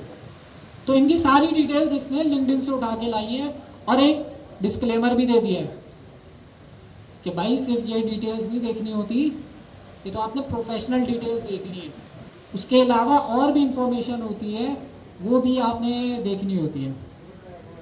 अच्छा, ये कह रहा है गिटअप से भी निकालो, वो गिटअप के अंदर पता नहीं क्या होगा, रिपोजिटरीज होंगी। तो खैर ये डिस्क्लेमर भी दे दिए। तो हम और भी डेटा, इनका बायो डेटा एक PDF फॉर्म में वो भी कर सकते हैं, बट फिलहाल हमारा इतना एजेंट बना है जो कि बहुत छोटा कोड है, ज़्यादातर चीज़ें समझने वाली है। सवाल सवाल जेमिनाई से अगर आपने करना है ना, तो आप फिर ये वेब सर्च टूल नहीं यूज़ कर सकती, आपने अपना टूल बनाना होगा। जैसे आप यहाँ गूगल पे जाके सर्च करें, use browser with open AI agents SDK. ये यूज ब्राउज़र भी एक आपके पास टूल है जो वेब सर्च में हेल्प करता है। आपको यूज ब्राउज़र को किसके साथ यूज़ करना है? अपने एजेंट्स एसडीके के साथ। आपको ट्यूटोरियल मिल जाएंगे नीचे। ये फ्री वाली चीज़ें आप यूज़ कर सकते हो जेमिनाई के साथ भी, कोई सा भी एलएलएम हो। होमवर्क मैंने आपको ये दिया है कि आपने एक एक्स्ट्रा ऐसा टूल बनाना है जो कि जो भी रिश्ते की डिटेल्स अभी हमारे पास प्रिंट हो रही है यहाँ पे, प्रिंट ना हो, ये सारी डिटेल हमारा एलएलएम व्हाट्सएप पे मैसेज कर देना। आपने एक टूल बनाना होगा सेंड मैसेज का। उस सेंड मैसेज के टूल के अंदर आपने व्हाट्सएप की एपीआई यूज करनी होगी। किसके नंबर से मैसेज सेंड होगा? आपके नंबर से मैसेज सेंड होगा। किसको सेंड होगा? जो जिसका नंबर भी आप यहाँ प्रॉम्प्ट में देंगे उसको सेंड हो जाएगा। चेन लीड से बना लिया तो जबरदस्त हो जाएगा। चेन लीड पे आपने पूरी चैट भी बना ली। अच्छा, ये टास्क हो गया जी। वेब सर्च किस पे चल जाएगा? $5 पे। $5 पे मेरा तो चल रहा है। मैंने कौन से $1000 डाले मेरे ख्याल में मेरे पास कुछ फ्री कोटा मुझे मिला हुआ है, क्योंकि मैं शायद बहुत पहले से यूज़ कर रहा हूँ। लेकिन बता रहा हूँ ये वाली चीज़ भी है। जब आप क्लाइंट के लिए काम करेंगे तो आपको अकाउंट देगा टॉप अप करके। तो वेब सर्च की आप प्राइसिंग देख लेगा। मैंने तो इससे रिलेटेड कोई एक्स्ट्रा चीज़ें बाय नहीं करी है। मुझे शायद फ्री क्रेडिट मिल गया, उनको मैं पसंद हूँ। अच्छा, सवाल इन्होंने बहुत अच्छा पूछा, मॉडल कौन सा यूज़ हो रहा है? ये तो हमें पता है चैट जीपीटी यूज़ हो रहा है। 4.0 बाय डिफ़ॉल्ट 4o यूज़ हो रहा था। 4o महंगा है लेकिन टूल कॉलिंग अच्छी कर लेता है। आप और भी मॉडल यूज़ कर सकते हो, जैसे कि GPT 4o मिनी। ये बड़ा सस्ता है, इसको आप यूज़ करो आराम से। $5 आराम से ख़त्म होंगे। तो ये भी आपके पास एक टूल हो गया। अच्छा, होमवर्क मैंने आपको दे दिया है। उसके अलावा यहाँ पे किसी का कोई सवाल है? आपने एक और चीज़ करनी है जो कि हम अगली क्लास में कर भी लेंगे, लेकिन आप लोग करके आए तो बहुत अच्छा है। लेकिन कॉल मैसेज वाला फंक्शन आपने कॉल करना है। अच्छा, जाने से पहले मैं क्विकली जो है सवालात कर लेता हूँ। जो हिलेगा अपनी जगह से जाने के लिए उनको फिर हम पकड़ लेंगे, ठीक है? फिर उनसे सवालात करेंगे। अच्छा जी जी, क्योंकि जब मैं सवालात शुरू करता हूँ ना, वो भागना शुरू कर देता है। तो बैठे रहना अपनी जगह पे। 10 मिनट रह गए तो अच्छा होगा, रिवीजन भी हो जाएगा और जो है हमें सब चीज़ें पता भी चल जाएगी आप कितने पानी में हो। जी सर, आप जी हैंड रेस करें पहले। जी आप, आपके पीछे चश्मा वाले नहीं, वो पीछे का आप ही जो पहले हैंड रेस किया था ना, दोबारा हैंड रेस कर लें, वो पीछे खड़े हो गए। ये सही है। अच्छा जी, ये फंक्शन टूल क्या कर रहा है? फंक्शन टूल एक डेकोरेटर है। हाँ, आप सही बोल लो। खड़े होके बता दें आप।